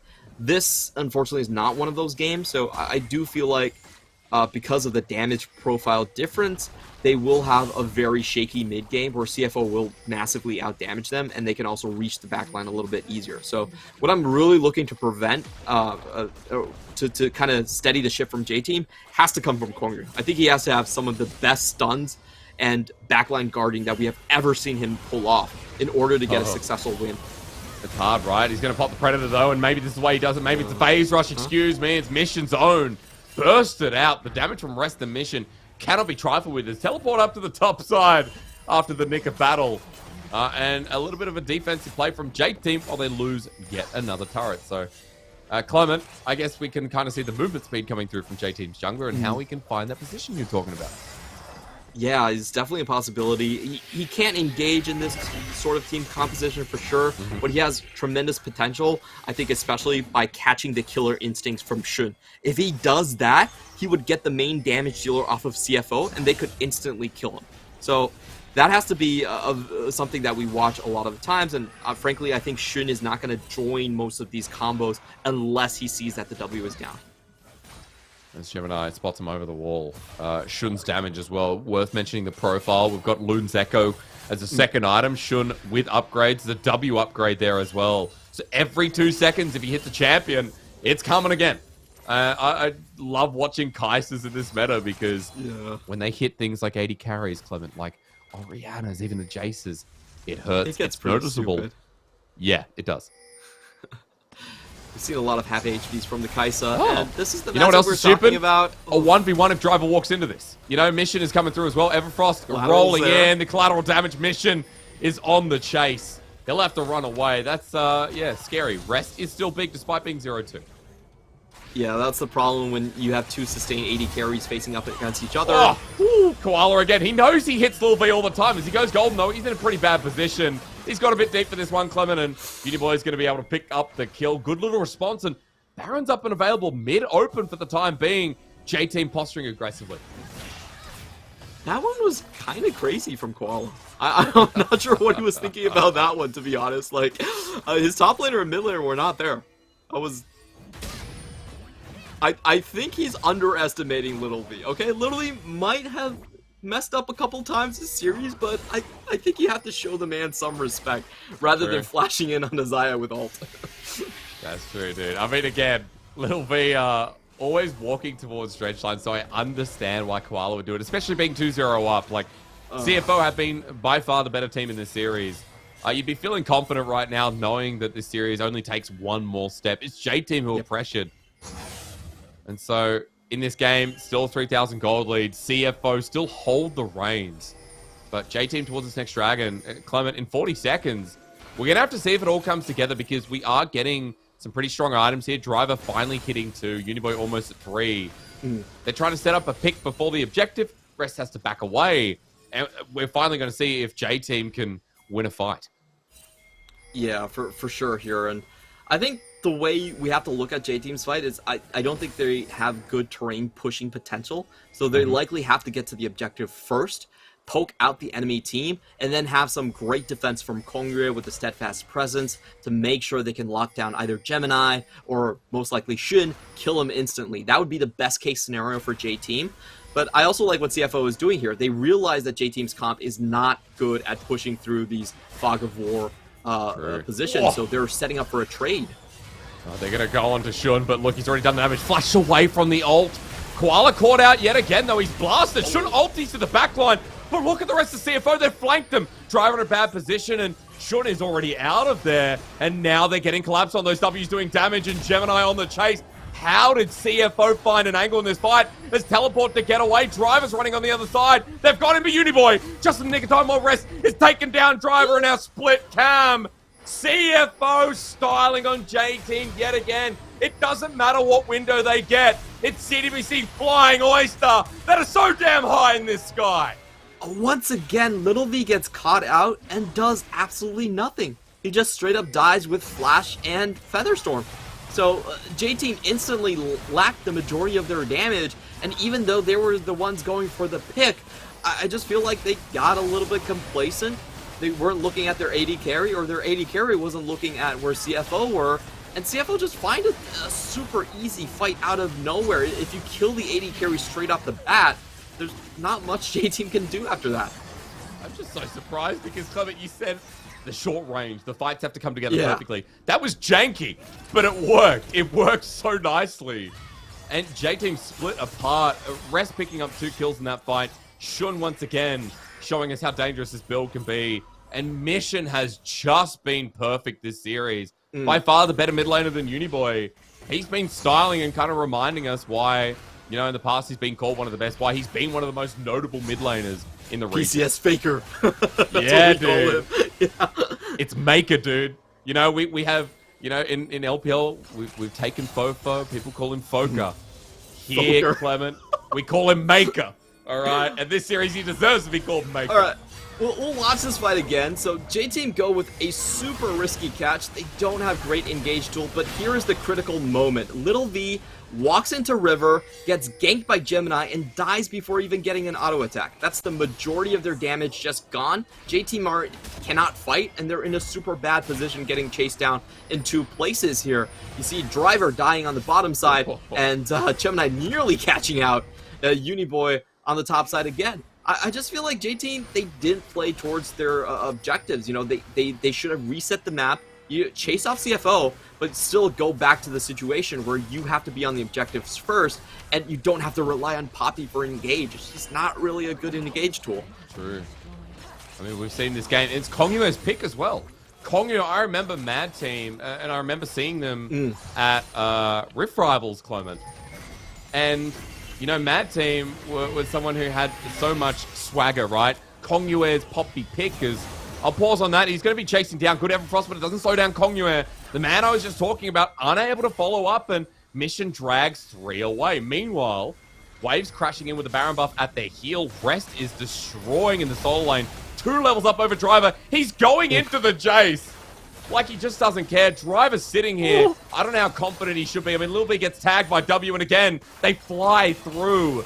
Clement, CFO, one step away from getting to the semifinals. And Rest showing us that they mean business. Little V has done no auto attacks in the last 2 fights. This is getting from bad to worse. CFO just massive snowball, 6k base open. They want to close things. Semi-finals on the wing in 3-0 fashion. We thought J-Team and CFO would have the best chance of taking us to 5 games. But CFO looked like they hit Challenger only yesterday, and J-Team is still trying to get into plat promos. At this point, the gap is massive. And as J-Team are on their final base defense and their final moment of the series, it feels like CFO are laughing at this point. 1 step away from semi-finals. CDBC Flying Oyster, the 3rd seed in PCS Spring Playoffs, have come to play. And honestly, Clement, I feel like I'm going to change my prediction of who's getting into finals based on this. Yeah, I feel like CFO might be a much stronger opponent against PSG than I initially thought. This is the thing about teams where you know they have great personnel, but low synergy. They can always bring that synergy up. That's the thing. Like, I feel like synergy is much easier to achieve compared to mechanics. And CFO are proving that old point true, you know? Rest, once again, just trying to go for Little V. Oh, God, run. Oh, everything hurts to watch. Little V has double summoners, though, guys. It's okay. He's using him as a damage test. Yeah. He's kind of playing around with his food. You know, I was watching the Arnold Schwarzenegger movies, Clement. You know, Predator. The old school Predator from the 70s. I remember that one. And, you know, the Predator's playing with them all, picking them apart piece by piece. It's just a game for him. And for Rest, he's playing the best damn game, man. He is the Predator in this one. JT are the pro. Well, I hope Kongyue gets to say, get to the chopper, as he does swing around that hammer. Let's go, Clement. Dude, did he actually this save is why someone? we need to work together. Oh, man. I missed you so much. Oh, here we Shaq go. Might be only 3, but they try for the final play. Double knock-up, good. J-Team in their final defense might have something here for Koala with the re-engage and depth touch, but he's by himself. Beautiful. 3 versus 5. J-Team survive for now. And that was a play I was talking about. We saw Kongyue just go in and put the W up. Once the steadfast presence was there, Shun does not get to use killer instinct. He has to stay on the periphery, and they just get to kill Graves for free. So finally some good revenge right there. I think J-Team are not going to go down without a fight. Well, I'm glad, because I was worried at seeing this close out to 3-0 at the very least. The game will continue for now. Now, we've got Dragon Soul for J-Team, but they have to walk towards this. Jungle for Gemini. Needs to find himself an angle. Is Lil V, wait, what? Really? Wait! Lil V has to flash away missions here. Okay, now he's only got 1 summoner left. He's tagged by the W. Missions all in there, might get solved, but the problem is Shun's on his way in the backside. Lil V this series, the biggest question mark here, as CFO making an exclamation mark.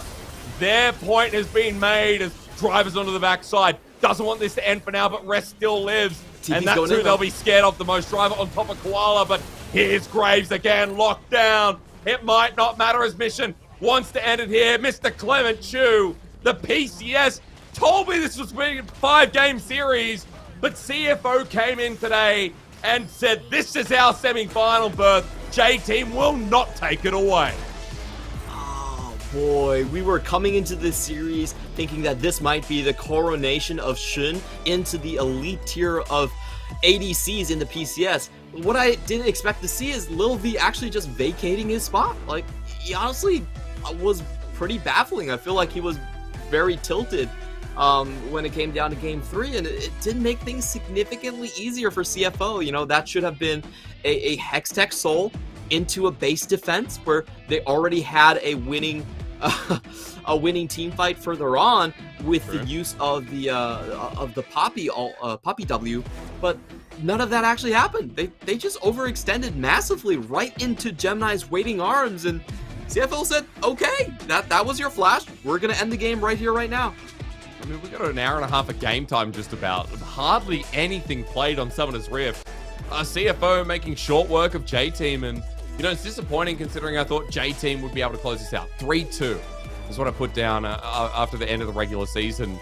But CFO now changing everything. PSG and DCG would be looking at this series thinking, hell, CFO have got some fire under their wings because they are ramped up.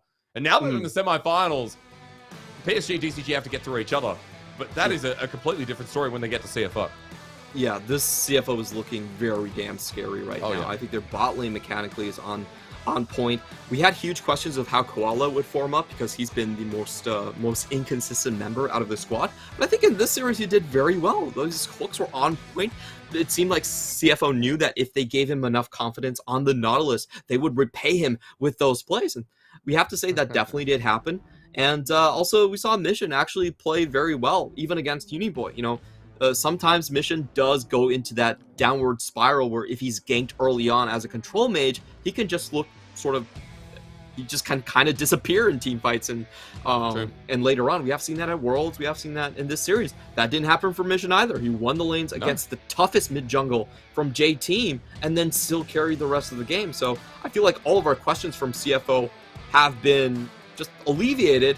And as for J Team, we waited 3 weeks for this squad to show up in playoffs, and they didn't show up at all. They didn't. I don't even think they're here, Clement. Like Lil V, for example, that final game. I mean, honestly, let's be real. Lil V throughout this series, that Hexgate usage.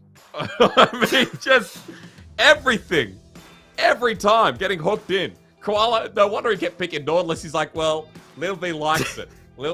He respects me. He wants me to hook him. I don't know, Clement. It's really rough to watch because, like, these are some of the players, like people like Kongyue, Uniboy. We didn't talk about it all. Kongyue, very few and far between. I feel like Uniboy wasn't even present in that series, and Uniboy's been a standout player towards the second half of the split. I just want to say, throughout this entire series, I think we had one back and forth team fight. That was it. Yeah. Like, there were no close team fights in this series whatsoever. There was ones where, you know, CFO lost a member and they looked like they were pushing too far, but there weren't ones where J-Team looked like they could actually hold their ground and take a sustained 5v5. I think that's the most worrying trend towards me if I look at J-Team's upcoming games in the lower bracket, because it means they're locked into Uniboy and Kongyue. If Uniboy and Kongyue do not perform, they have nowhere else to turn to. And I was going to say that, like, you know, from an outsider's perspective, and I'm sure a lot of viewers coming in, they'll be like, oh, well, PCS again is like a 2-3 team league. J-Team were very promising at the end of the split, and that needs to be reiterated. This is why they're second seed. They started in this second round because they're higher seed than CFO. CFO had to play a tiebreaker match against DCG to get the third seed. So, like, it's just been a different beast. And I feel like we can kind of talk a little bit about experience here, Clement. Like, Mission, Gemini, and Rest, you know, in best of 5 format. Even the coaching staff of CWC Flying Oyster, if you want, had a much better read coming into this one. The first 2 games especially, with much more simplistic and easier to run drafts for this series against J-Team. No, I think, you know, we might be looking things... Game 1 draft for sure, that was 100% draft win. Game 2, I actually think J-Team had the draft win. And Game 3, I actually favor J-Team's draft as well. So I don't think the coaching staff did too poorly past the other 2 games. But I would say, you know, I know Nash and I know the guys that are coaching J-Team, they are very young. And there are a lot of aspects, I think, that goes into best of 5 that they might not be aware of. One is mentality. I feel like if you just let Driver play 3 games of not seeing a jungler, he's going to tilt off the face of the earth. I think if you are changing gears massively and you are going for hyper carry, then you need to make sure that Little V is actually up to the task mechanically. And I think players show a huge range of mechanical capability depending on the day they're playing. A lot of times if a player is, you know, mechanically not showing up, then maybe you have to pivot your strategy. So I think in Game 3, I would have taken things very differently. I would have gone for red side. I would have said, you know what? We put Rest. I think he has an inflated ego right now. He's probably going to be very easy to gank, and he's probably going to be thinking about emotes more than flashing. So let's just give Driver a good matchup, try to pummel him in the top side, and play through that lane. That would be my take on it. Overall, Game 2, Game 3 draft, were absolutely fine. It was just the fact that their execution was sorely lacking. Their execution was really just, I think, especially from the bot lane, was a little bit inexcusable, and that really meant that they weren't able to hit their power spikes when they should have been able to. As, you know, bot gave a window here for this guy to carry. MVP here from Shun. A lot of damage, but more importantly, I mean, Shun surviving the dives, Clement. The outplay here from Koala, the 2v2, has been stunning this series, and I expected Atlan to be starting in playoffs, but so far it's been Shun against MFT, now against J-Team in their second 3-0. CWC Flying Oyster, their 80 carry is a star, and this star rose so high in the series. I gotta say, Shun right now is looking like the second best 80 carry behind Unified. If you think about the totem pool right here, Kriskata, I actually think Shun has better mechanics from what I've seen so far. And then there really isn't an 80 carry that comes terribly close to what Shun and Koala have been able to show in lane. So I'm super happy that we have a breakout performance from Shun. And, you know, with the loss of Doggo, everyone was kind of thinking about what's the next talent. I feel like Shun is going to fit that bill nicely. Which is nice to see. Again, good decision from CDBC Flying Oyster. Once again, running with what you'd call their substitute Eddie carries. He only played 6 games in the regular season. But Shun's been really impressive. And Clement, throughout this this whole series, I mean, he's just been so solid. Ladies and gentlemen, though, we are going to take a break, I've been told. And then when we come back, it's interview time here with CDBC Flying Oyster and see what the thoughts were through that 3-0 series. CDBC Bank is Taiwan's top financial institution, but we're not stopping there.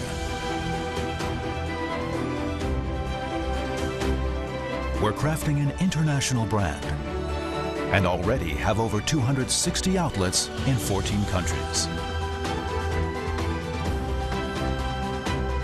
We are by your side, ready to embrace the future.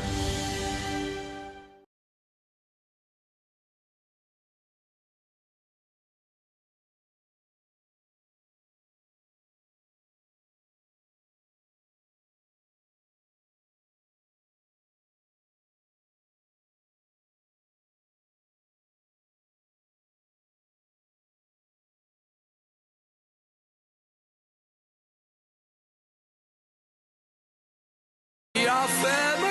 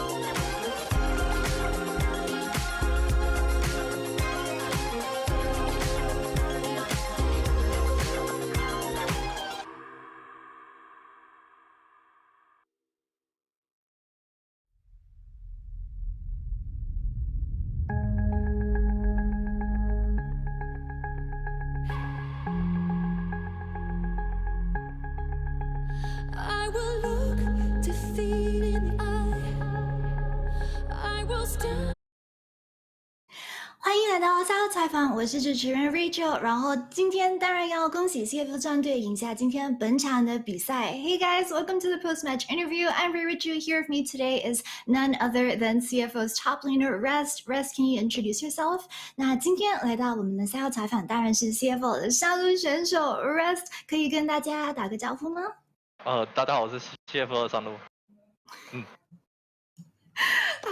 So congrats, of course, on getting the 3-0 today, as well as the Game 2 MVP. During the regular season, CFO went 1-1 versus J-Team, so I wanted to ask, were you guys expecting to 3-0 them today? 那当然要恭喜你们，就今天以3-0的好成绩，战胜了台北 J 战队，以及自己也拿下了那第2把的 MVP。那想问的就是常规赛的时候，你们碰到台北 J 战队，你们的战绩是1-1，有没有想到今天的话就会是3-0呢？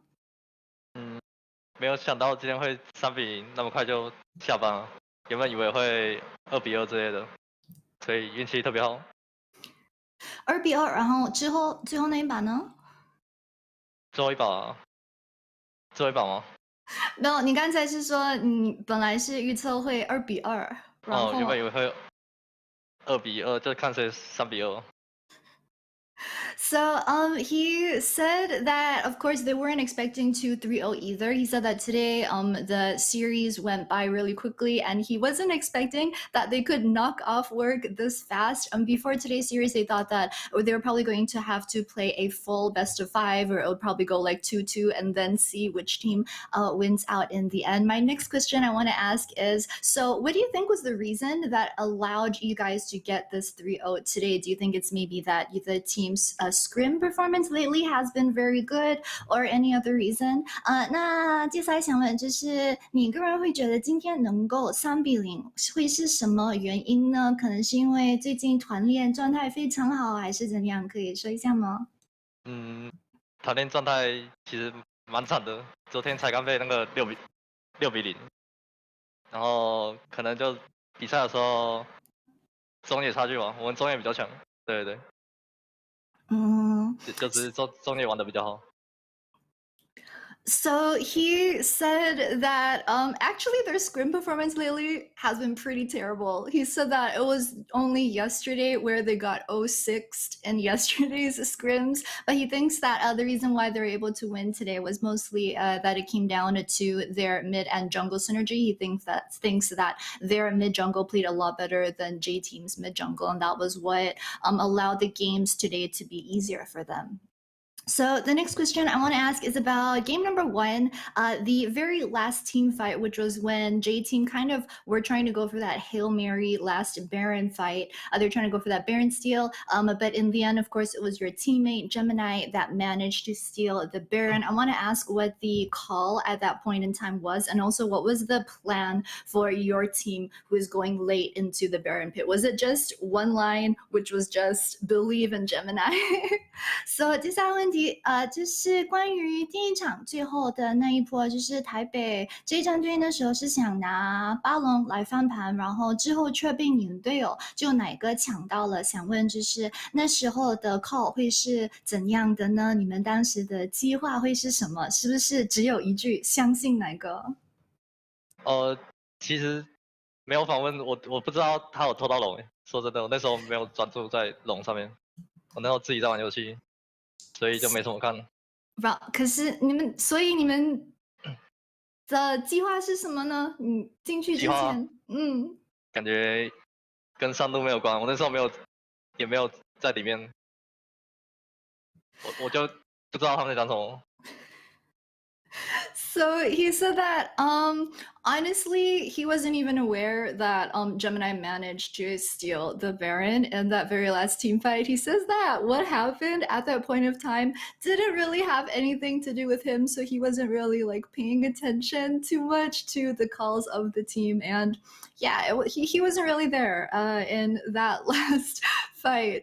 The next question that I want to ask is about the Caster on Duty episode, because you mentioned something really interesting when you were being interviewed, which was that you have a bit of a bad habit in terms of BMing, and it's actually a habit that you're trying to get rid of. However, in today's series, we kind of saw a couple of those habits creep back in. We saw you like stutter stepping on the screen. You were also using your Gnar ult to just get rid of the minions in lane, and you kept like emoting as well. So I wanted to ask about that. Can you tell us a bit more about that? 接下来的问题就是之前就是在 Caster 真人物曾经你有提到说就是自己有个坏习惯，然后想改的那个坏习惯就是关于你的BM 的行为，可是呢，看了今天的这比赛之后，就是看到了你用你空翻大绝来清兵啦、抖动之类的，也有在亮表情，就是想问你能不能解释一下吗？是不是今天的比赛就是有格外的兴奋，还是什么原因呢？那个纳尔空翻，那个冷却是很快的，可能聊天是看不懂，那个冷却都很快的，第二次变大的时候冷却就好了，所以那个不是故意的。表情呢？表情就感觉顺风就按了，然后他们后续也没管我。So he says that about the Gnar ult and using the Gnar ult on the minion wave. He said that what he thinks that the audience don't quite understand is that the cooldown on Gnar ult is actually very short. So he doesn't think that it's a big problem at all to, when it's off CD, to just use your ultimate on the minion wave. He thinks that it's pretty reasonable. As to the emotes, he says, you know, it's just like he felt like it, and so he emoted, and no one really said anything, or no one really had a reaction to that when he did that. So he just kept doing that. The next question I want to ask, do you have any recommendations, or which is your favorite emote to use to BM? Because a lot of people seem to like, you know, the bee, the penguin, stuff like that. What is your personal favorite? 那当然想问就是你个人最喜欢用哪一个 BM 的表情呢？可以推荐一下吗？推荐就是这个，这个也可以。看情况是不是？对对，看情况。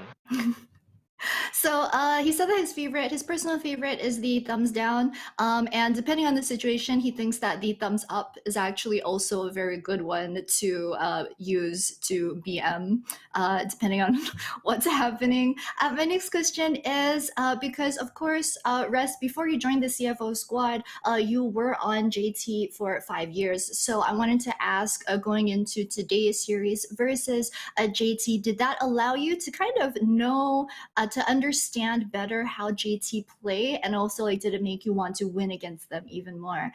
那接下来问题就是Red 选手就是加入 CFO 之前，你其实前5年也都是 JT 的选手，想问就是今天对上前战队会不会更了解他们的体系吗？还是说也会让你更想获胜呢？他们的体系感觉跟我之前带的时候还是不太一样，主要是他们中野换的人哦，不然其实感觉不会差太多。那对上他们会不会更想赢呢？打他们肯定想赢，我是突然被开除的。So he said that in terms of understanding J-Team, he doesn't think that it really gave him that edge because JT also switched out their core, which was their mid as well as their jungler. So right now their playstyle is a bit different from how they played last year. And he thinks that, of course, he did want to win versus JT all that much more because he was saying that he suddenly got kicked from the team. And so now he's playing versus them again. He definitely wanted to win today.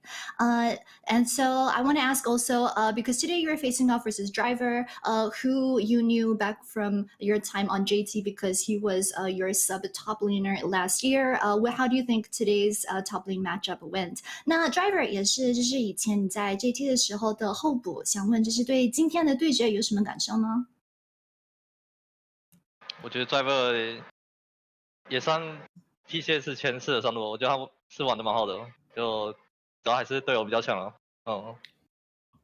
So he had good things to say about Driver. He said that he actually thinks that Driver is one of the top 4 top laners within the PCS, and he thinks that Driver actually did pretty well today. He thinks that the difference came down to the rest of the teammates. So he thinks that the rest of CFO was stronger than the rest of JT today. 那其他的3位上位选手会是谁呢？你是 Driver 是前4，那其他的3位呢？其他的我不知道，你自己火龙第1名，火龙第1，然后你呢？你第几？我第5，第2是 Licky， 第2 Licky， 第3？第3小亮。好谦虚，好谦虚。So he said that because he thinks that Driver is within the top 4 of the PCS top laners, he thinks that if he were to rate the top laners in PCS right now, he said that first would go to Hanabi, second would go to Ligi, third would go to Liang, and fourth would be Driver. And then he said that personally he thinks that he would be in 5th if you were going to rank the PCS top laners. 那最后一个问题就是对于明天 PSG 跟 DCG 的对战，你认为2队当中谁会赢？还有就下周的话，你比较会想对上谁呢？我觉得 DCG 会赢吧，因为我是他们粉丝啊，他们队友都是我认识的人。下周也比较喜欢对到他们，对。合理。So he said that he thinks that between PSG and DCG, he actually thinks that DCG will win. He says that it's because he believes in them. He's also a fan of the team, and he also is friends with the team. So that's why he wants to be able to play versus them again next week. All right, thank you so much, Russ, for the interview. Of course, good luck for the rest of playoffs. 好的，那非常感谢 Russ 选手接受今天的赛后采访，祝 CFO 下周加油！ We are family。 好的，那马上就把画面丢回去主播台咯，拜拜。Rest was he was ready to join in, Clement. He was ready to join in. Thank you for the interview. Rest earlier on talking a little bit about scrim results. I think it was the most interesting part for me because recently CWC Flying Oyster not doing too well in their offline play, but now jumping into playoffs. I mean, this is the second 3-0 in a row, Clement. Dude, they're literally undefeated by games now in PCS Spring Playoffs. I do have CFO going all the way until finals and actually playing twice against PSG. So those were my predictions. I'm not too surprised at this result. I also predicted that they would win today. And I just think it goes to show you teams that have very good personnel, that have strong talent across the board. Those are the teams that are the most dangerous when it comes to playoffs. In regular split, they're still figuring things out, and we have to remind everyone that CTBC, despite a lot of old faces, they are a new team. So these are not players that have played together on the same squad. They get the chance to, they get a 2-week break off. It changes the calculation completely. I mean, it's just a beautiful thing to watch, right? The individual skill comes across, and now it's all coming together as you talk about. The CTBC Flying Oyster into the semifinals. They're waiting for PSG versus DCG. Rest also talking there, thinking that DCG are going to be the ones to make it through. Not many people will agree with him, but at the very least, you know, another good matchup to look forward to, Clement, and one that those guys will have to be heading towards a CFO that are fired up. Like, the top side of the bracket is pretty strong. It's been an absolute blast to watch and catch all the games here. I have to say, I think Rest is being a little bit optimistic for his pals there. I think PSG is hands down the heavy favorites coming into this matchup. PSG, very much a slow macro team. We're going to see them tomorrow as they play up against DCG. So you have PSG that are the old fundamental. This is a team that none of their lanes are weak. They play objective macro to the absolute best of what PCS has to offer. And then you have DCG, I think, coming in with more of the oddball and outside chance strategy, where they're very creative. It's hard to nail them down, but they also, I would say, are somewhat lacking in terms of providing a strong base for team fights. The compositions that they run a lot of times just kind of peter out into the late game, especially with Nesty's champion pool. So I think DCG definitely have an uphill battle to fight. But as we've seen from CFO, give them a couple of weeks and some surprises. Might be a bit of a surprise, right? The CFO built up momentum from MFT. More importantly, have just looked so great in their lanes. Destroying J-Team today, I can't wait for that topside semi-final, whether it's PSG or DCG. At the very least, you know, if PCG go down to Frank Esports, if DCG go down to Frank Esports, we're expecting a bit of a deep run coming through here as well, Clement. Yep. And so rightly so. Again, it's not a 2-team league this time around. I feel like PCS is 4, 5 teams if J-Team can pull it together. That's why you have a better playoffs. And that's why, you know, MSI representative is going to be strong this time. Wait, as always, I feel like, to be fair, in the past couple of splits.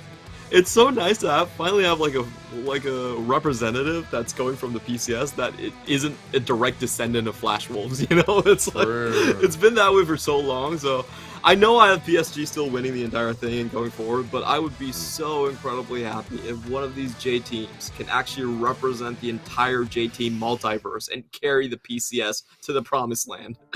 I was going to say, you've got descendants of Flash Wolves in the past. We've got descendants of J-Team in the future, Clement. That's what it's all about in the metaverse. A big thank you for casting with me. I know it was short-lived. We only got the 3-0, but it was still a ball to see CFO absolutely dominate here today. So shout out to Clement Chu. Thanks, everyone, for tuning in. And thank you to our English production, as always.